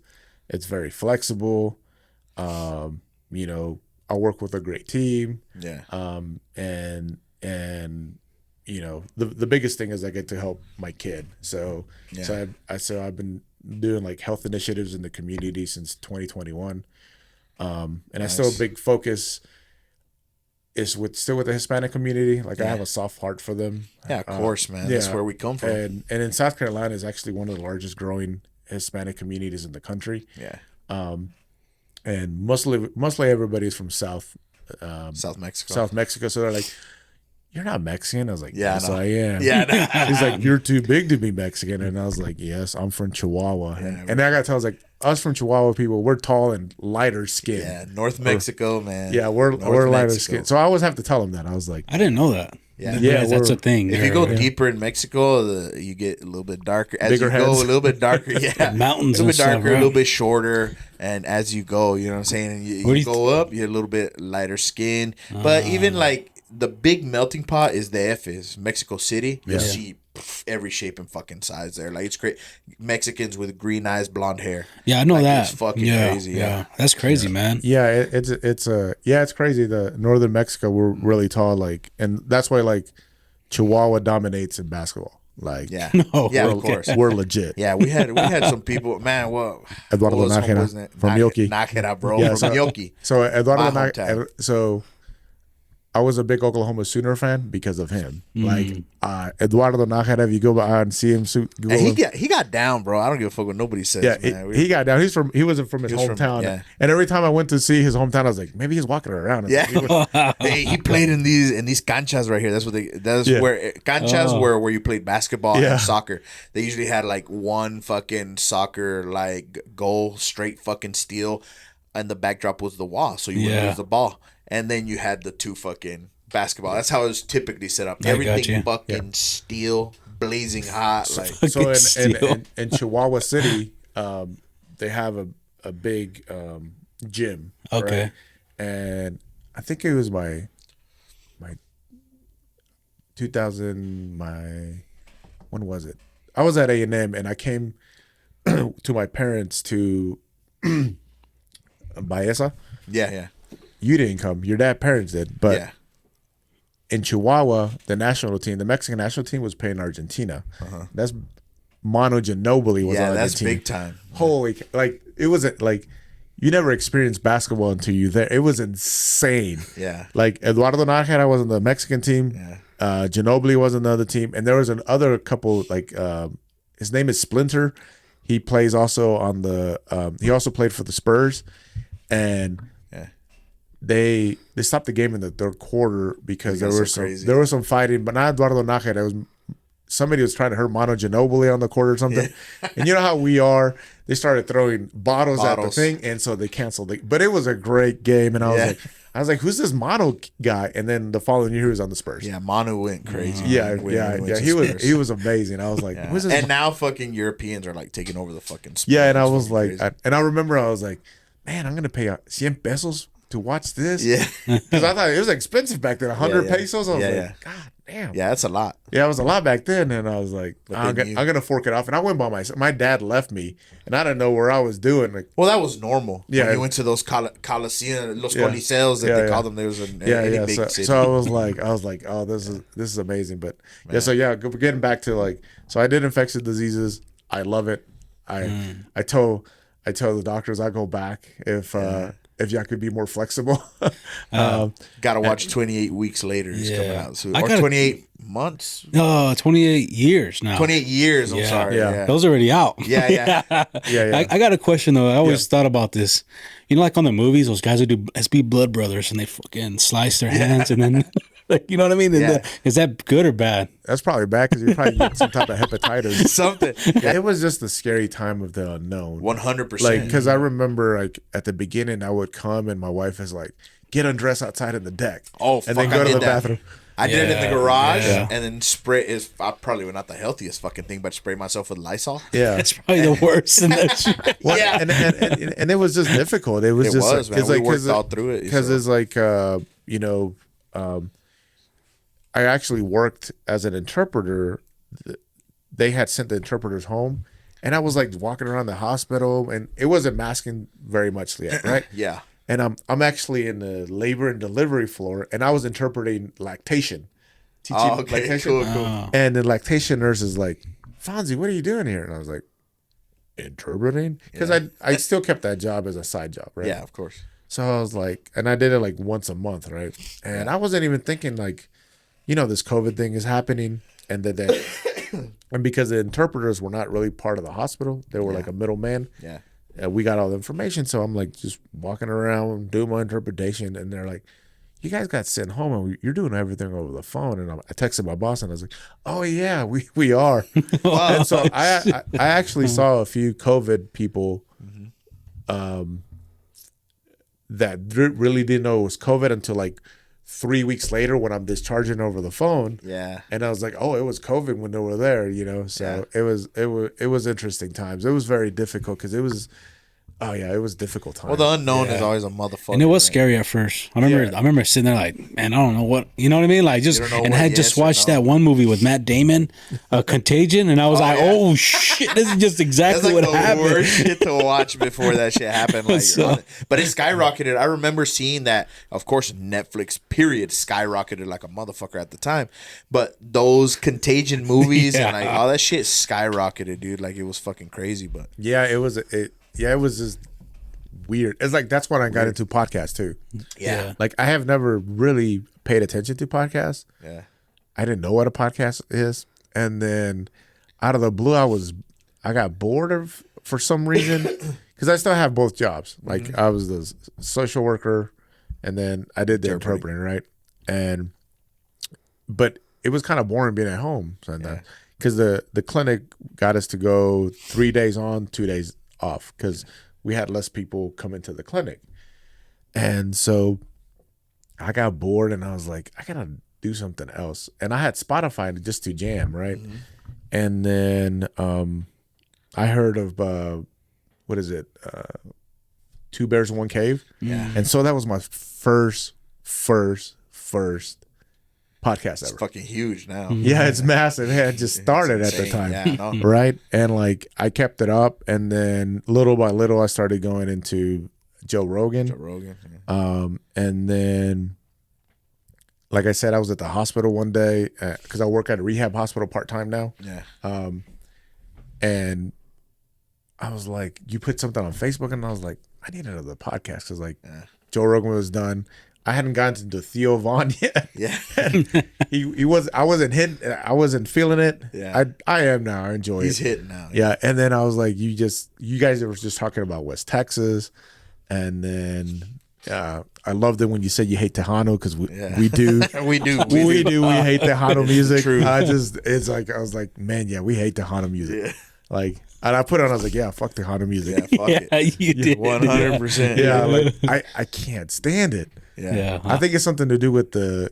Yeah, 100. It's just That's what I fucking- say. Yeah, right? Any fucking music starts with a keyboard, you can kiss my ass. The only one I tolerate is Bronco because our mothers. No, but Bronco's not Tejano. No, it's not. But they play with the keyboard. Yeah. So the only one that I tolerate is He's Bronco. like, wait, because, he's not Tejano. yeah, it's not Tejano. Nah, fuck. No. No, I kind of. I don't mind Selena. Yeah, Yeah, I don't. yeah, That's yeah. what I'm saying. I could tolerate Yeah. specific ones. Yeah, but- like when Selena was big when, like I was in the 8th grade when she died. Yeah. And I remember I was early. I was playing basketball. I came in and my mom said Selena died. We have a cousin named Selena. I was like, what? Yeah. That's what I was thinking. Yeah. And I was like, no, the singer. I was like, oh. And I remember my sister took it pretty hard. Yeah. My little sister took it pretty hard. But yeah, like, yeah. My mom too. It was very surprising. I was like, "Do you believe that happened?" I was like, And then your podcast is little. just very endearing because I miss West Texas. Yeah. You know, like South Carolina is cool, like, but it's not where I'm from. Like, I "It's tell got a people, nice view though." yeah. I tell people, I was like, you know, West Texas is what you kind of envision of Texas. Like, we're cowboy, we got big trucks. Every once in a while, we ride horses. If you go to my Tigre Celda's house, Yeah, you they can got do goats, they whatever the got fuck you chickens, they want. got everything, right? Yeah. You know, we are what you envision of Texas. Yeah. Or, you know, and right away people know you're like we had we have an engineering school at the University of South Carolina, and some people found out I was from Midland, and a lot of them were moving to Midland to do stuff in geology here. Geology. And like they were like, so what should we expect? That I was like, you know, it's not beautiful. Yeah. Aesthetically, it's not pleasing. Once you hit Big Spring, you're gonna get that smell. We call it the smell of money, but you're gonna get that Sulfur? smell. Yeah, that you're gonna Delicious sulfur. yeah, you're gonna get that smell. Because when I first brought my wife from Iowa, she's like, "What did you do? to Run your over a pants?" skunk. Yeah. What you do? And with your pants, I was like, nothing. It's money. Yeah. And like you hit it, and like you get giddy as soon as you leave. When I drive now, you get excited as soon as you leave Weatherford, and you're like, all right. Rutherford's still super green. Yeah, it's super fucking- And then you get West Texas, and then like you feel at home when you hit Abilene. Yeah, and our Abilene for sure. Yeah, you hit Abilene. No, getting the Eastland. semis. Eastland is right before Abilene. Yeah. And you're like, oh yeah. Semis by the fucking. And then my kids are so excited to come to West Texas. Like we have the ocean, we have the beach, we go all the time. But it was like, we're going to Tata and Abuela's house. Yeah. And we're going to see goats. We're going to see chickens. Yeah. We're going to eat some goats. Yeah, fucking right. We're going to eat some goats. Literally every Yeah, time. everything. It's like you know, it's and then that's what brought me back with like you guys are stories. I never did oil. I'm never did an oil business. You know, but that's what was endearing about y'all. And like when I met Ricky, and I was like, oh, I was fanboy because I saw him walk, and I was gonna like say something, and I was like, no, I better wait. I was like, I better wait for Jesus. I was like, I am not gonna say anything because like, oh my God, it's Ricky. It's Ricky. Yeah, it's crazy, man. And we've had those moments like friends that. I wouldn't say friends, but people that knew us in high school and shit. Like now, it's a little bit weird. Like they talk to us and it's weird for us. We're like, fuck, like we don't talk to you. Like I would have been scared if you walked to the front door. And, hey, Ricky, what's up, Rick? What's up, Rick? And like fucking known you his whole life. I was like, who's this guy? And because I never seen you, and I'm like you're commenting all the time, man. And we talk about it. Yeah, and the reason why you're on is because I saw the comment and I was like, hey, your cousin's in town. Hit him up. Let's see if we can get him in, man. So I appreciate you commenting all the time. Yeah, and we appreciate you coming. Like I know it's been hectic and everything. And I was like, man, I'm gonna leave him alone. But I had talked to you earlier about it. Yeah. Let's hang out whenever we get the chance. But I know you're here on business essentially. Yeah, right? Because I wrote you that long ass text that time about like because now we have a Whataburger. South Carolina, we got Whataburger. Yeah, like that was one of the great things about when you come back. Texas had the Whataburger. The Roses, the Whataburger. I don't care about In-N-Out. I don't care about all that. Five Guys, Whataburger is where you have it. I don't care. Love Whataburger. So the closest Whataburger to us in the East Coast at the time was Jacksonville, Florida. Right. Fuck. Which is 4 hours from where I live. We gone down there. We've gone around and I was like, what? But now we have Whataburger in Columbia, South Carolina. I have Whataburger a mile and a half from my house now. It's not open yet, right? Yeah. So I was like, I would go to the Whataburger, put on the Patch Boys, and just be like listening Texas. with my chocolate milkshake, my number 5, my fries, then. You can't get any more Texan than my kids are not Texan. They were born in South Carolina. Yeah. My kid doesn't really eat solids, but he be killing that Whataburger ketchup. He's like, Daddy, this good. I was like, yeah. They got fucking smart and started bottling that shit. You know what I'm saying? Yeah. It was crazy because when we were young, it wasn't a big thing. Like fast food, McDonald's was our thing, right? Hey, te voy a dar el Maldonas porque te portaste bien. Remember when we had the field trips to McDonald's when we were in school? Bro. And we'd go there. They had the whole place set at the time, so it was McDonald's. But I got a little bit older, and I had friends, and they're like, "We're going to Whataburger. You want to come?" I never. My parents never took me to Whataburger. I went because I had friends who were Chicano or white, and their parents took them, so they took me. And they would always be like, it's the fucking ketchup, bro. And I'd be like, bro, what the fuck are you talking about? It's a fucking burger. I've never seen anything so amazing. Do you know my dad's favorite fast food place? You should know. I mean, I probably know, but So my dad's favorite fast food place is Church's Chicken. Yeah, it's my dad's. The one on La Misa. Yeah. Well, we get the one on Midland Drive. He loved Midkiff. Get un pollito, and I was always thinking like pollos asado or something. Like, no, let's go to Church's. But that was their version. That was their version. Like when it was time to sit down, like on a Sunday or something, Church's was their go-to all the fucking time. I just hate it when people use the same spoon for the mashed potatoes and the coleslaw.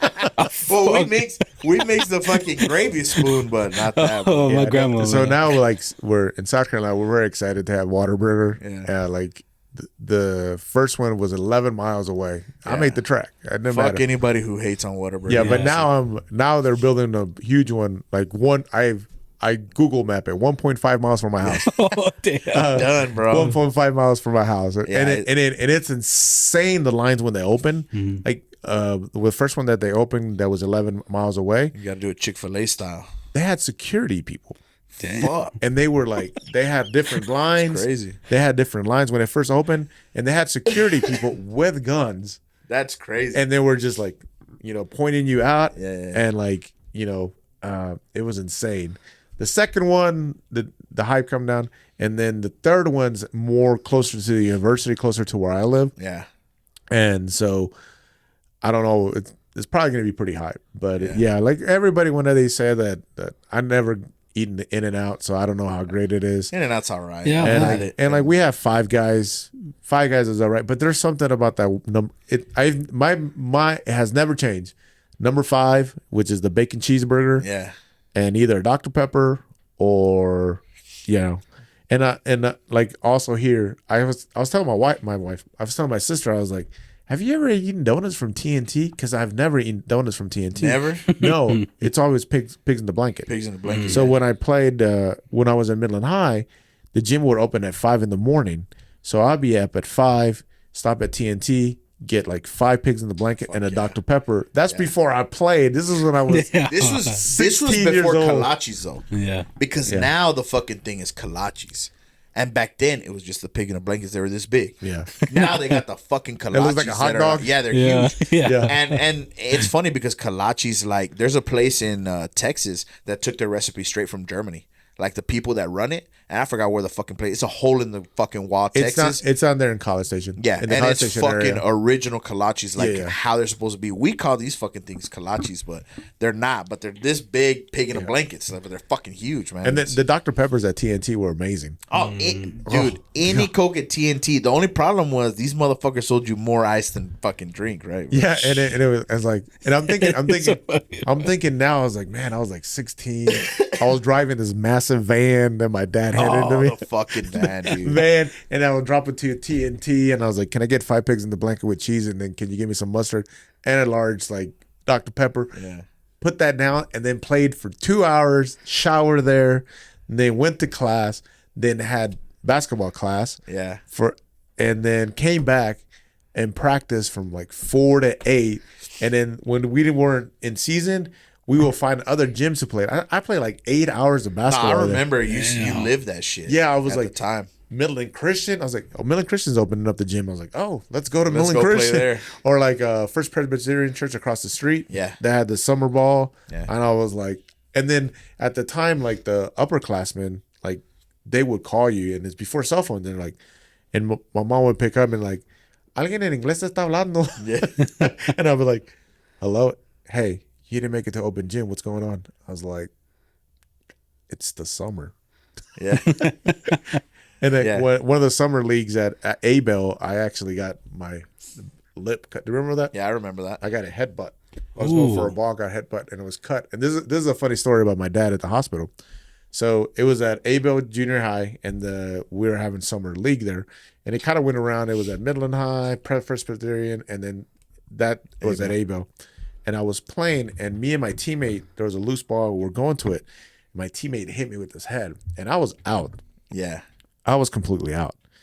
I woke up. I was bleeding, right? The coach took me to Midland Memorial Hospital. He took me to Midland Memorial Hospital, and they said, hey, we're going to need stitches. And they already knew me. It's like, oh, this is Franco's kid. Yeah. They called my dad and said, hey, your kid's here with like an open wound. He's going to need about 15 or 20 stitches, like right here, right? Yeah. You can see the white of my teeth. Yeah, you can still. And my dad said yes, right? And my mom supposedly is in the background ironing, and she's like, where's Alfonso at? And my dad's like, oh yeah, he's in the emergency room. They're stitching him up. And she's like, what? My dad didn't even bother to get off the couch. That was regular shit. Yeah. He's like, so my mom went, and she got there when like they were finishing me stitching me up. The coach stayed. My mom felt bad because the coach stayed with me the whole time.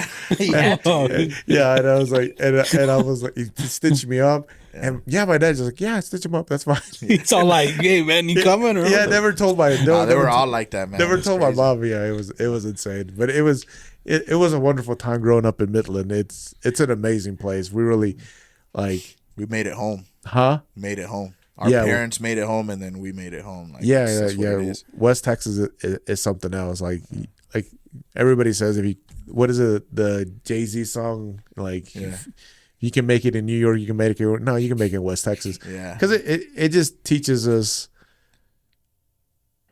I don't know. It just teaches us like to be more personable, more like outgoing, like Southern hospitality, is and a more real like thing. we have like this hard work attitude. Like my idea, like I always tell my wife is like whatever job I apply for, I get. Yeah. I turn them down. Yeah, because it's just like. I'm always willing to go above and beyond. Push. Like a lot of people they like to go A to B. I go A, B, C, D, E, F, G. Yeah. It's not, a lot of people A, B, and that's because that's my job description. I go above and beyond. And I think that's what our parents taught us. Is like That's how they did it. Yeah, that's crazy. That's like, how they did it. Yeah, like, and then like the hustling mentality. Like my mom's a hustler. Oh yeah, your mom's a hustler for sure. Like your mom had a full-time job and she still did stuff on the side. Yeah, and my mom's like sells everything. Yeah, everything you want, perfumes, jewelry, need. Anything. Yeah, Princess House, whatever. She sells you. My mom is 78 years old right now, and she's still hustling out there in her. Oh yeah, 100. Yeah, I couldn't see your mom not making her rounds. Yeah, like the day that shit happens, like I feel like the world's gonna stop. You know what I'm saying? Yeah, but man. Yeah, it's been a fucking great episode. Yeah, we're going on probably 2 hours at this fucking point, man. It's gonna be fucking good. And honestly, it's like I haven't said much, but it's been really like just it's nice to hear your story, man. And I can tell that you really miss this town. You love this town. Like, I mean, it's just good to hear. Like, you know, we've been unfortunate that we haven't been baited back for a Midland High game. I want my kids to experience that. Be like. It's insane. 100%. Yeah, this last year. I get teary-eyed right now thinking about it. No. I was like, I want my kids to experience that, like a West Texas football game. Friday Night Lights, man. It's different. Yeah. It's different. You should have seen. As soon as his son got in there, like I was like, fuck, we have to go to that shit. Oh, like, and it hit me. Be there. And my son finished full. This was last year, man. Yeah. And that shit hit me harder than graduating, bro. I told my wife, I said, I was sad all weekend. I was watching old football games, and you know what I mean. Like it hit me so hard, dude. People don't understand how much we love football. Oh man, it's in the DNA here. Like my sister was telling me that we're getting 2 new high schools, and it's like, is it still going to be 2 high schools? And she's like, yeah. I was like, oh, they still want to keep the football game. Yeah, of course. Yeah, and I was like. But it's like I told my wife, I was like, we have to make time for that Midland High, Midland Lee, bring both kids. Yeah. You know, because it's usually like in the middle of like. Fall. Yeah, and like. School year, the whole shit. We're big University of South Carolina fans, so we go to the games. Yeah. And so those are big, like, you know, if you guys ever want to come to SEC country, you know, you got Texas now in the SEC. You got. Yeah. But we are SEC country. Texas, bro. Let me tell you. Texas is gonna make a fucking run. As much as people don't want it, Texas is gonna now with NIL, it's fucking crazy, dude. NIL's crazy, and let me tell you, Texas Tech, now with this fucking NIL change, people better watch fucking Texas Tech because they're gonna start fucking buying these players, and I can say that now, buying these fucking players. Yeah, and the thing is, like, you know, I went to A&M, I went to University of South Carolina, and I always would tell people like. A&M has abundance of money, and I don't understand why they're not any good. Well, they will. We are mediocre at like last year. We came back for the University of South Carolina A&M game, and they beat South Carolina because South Carolina was going through a little thing. But we got Lenora Seller now at South Carolina, baby. Man, this shit's about to get good. Go with him Cox, under center, bro. That's the only place in the world that your 2-year-old can say "Go Cox." Go Cox. my little daughter, first time A&M was in the SEC because we're very fortunate now that A&M and South Carolina play each other. Yeah, every year. Yeah, I know that's like your fucking. Yeah, I was like, oh my god, it's my Super Bowl. Yeah, and so the first year that A&M went to South Carolina, A&M was the second year. The second time they came in, they were very highly touted. Sorry, South Carolina was very highly touted. We had Steve Spurrier. We're a top 10 team, and A&M just came and beat us 56-7. Right. And it was a Thursday night game, and I usually go divided. A&M shirt, South Carolina hat. Yeah. And people are confused, and I was like, I live 4 miles that way. Yeah, that would be fucking crazy. Like, and so my daughter had a South Carolina dress with boots on, right? But we also went to some of the A&M tailgates because A&M brings Texas brisket with them. Oh, fuck, man. And in South Carolina, we don't have. Yeah. When you go to Carolina, they talk about the barbecue, but it's about pulled pork. Right? Yeah, it's different barbecue. So we go to the A&M tailgates. Yeah.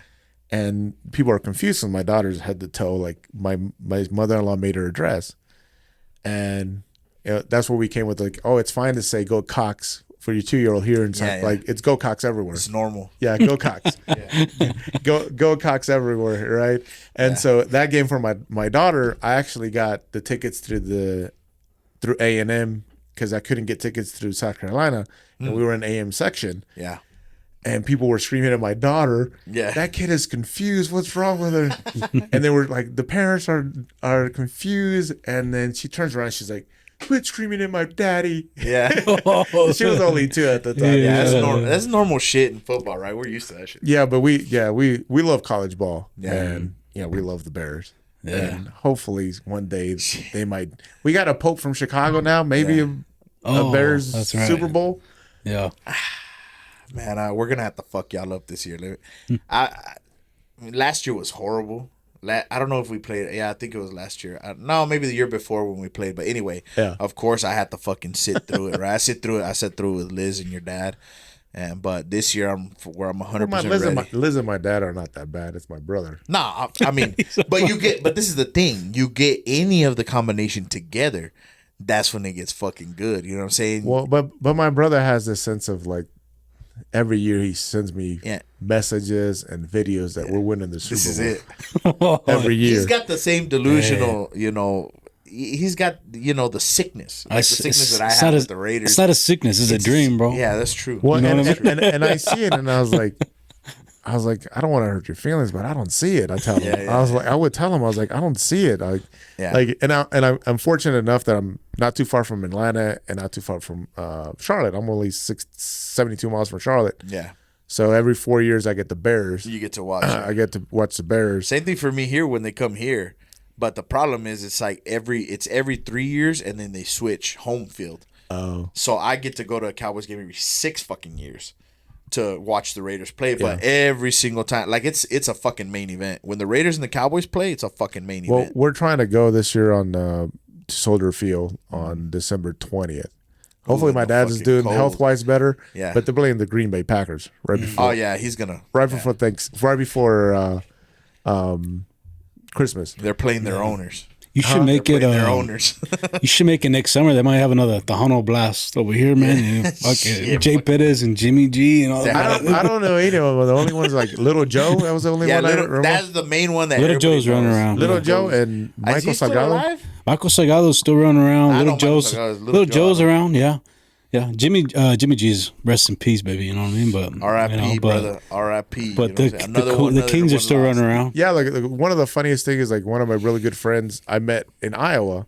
Yeah, and we were at the I was gonna say the mess hall, the cafeteria there at school, and I see this little Hispanic guy, and he had a Stanton Buffalo shirt on, and I'm like, "Are you from Stanton, Texas?" And he's like, "Yeah." I was like, "I'm from Midland," and so we or buddies, like sore heads. Yeah. He was a running back on the state championship team there, and his name is Adrian. That was double A ball.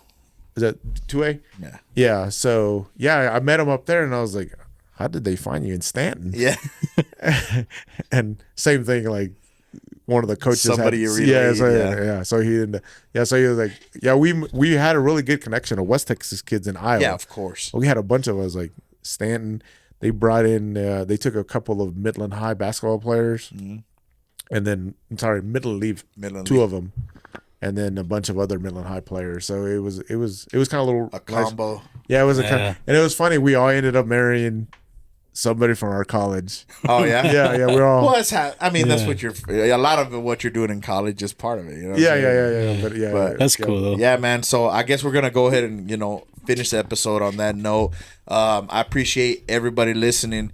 This is gonna come out Monday. This is upcoming Monday. I think so. It maybe depends on this weekend. We get that episode in for the flight. Yeah. But it'll be either this week or next week. Yeah, we'll figure it out. Yeah. So whenever it is, like, man, it's always interesting. It's always a good time sitting with my cousin and fucking having a good time talking. Shout out to Titan, our other cousin Adrian, who called us. Yeah, and he just called me, right, because he has some news for me. But I'll talk to him and maybe divulge information later on the fucking podcast. Yeah, for sure. He killed it with the fucking hats, man. So, man, appreciate you again, Poncheras, and man, appreciate you guys for listening. Yes, sir. Guys, just wanted to come out here and say, make sure you hit up Underdog Wireline, man. These guys really know what they're doing. They got it going. I've worked with them personally on the field. I know you've heard me say it 100 times, but it's the truth. So look, they offer emergency shower trailers. They offer lay-down machines. They offer cool-down trailers. They even offer wireline, slick line, braided line, whatever you need. They probably got whatever line that you want, bro. So hit these guys up. Give them a call at this number, and support them like they support us. Hey, what's up, everybody? Patch Boyz again, here to announce yet another sponsor, Branded 14 Hot Shot Services LLC. They offer hot shot work, ESP spooling, ESP technician service, and heavy hauling with semis. These guys are local. They're helping us out, so we want to help them out. Go give them a call at 432-638-1755. All the other information we're going to put right down here, so you guys can give them a call, send them an email, however you need to get in contact with them. We appreciate it. Hey, what's up, everybody? Patch Boyz here.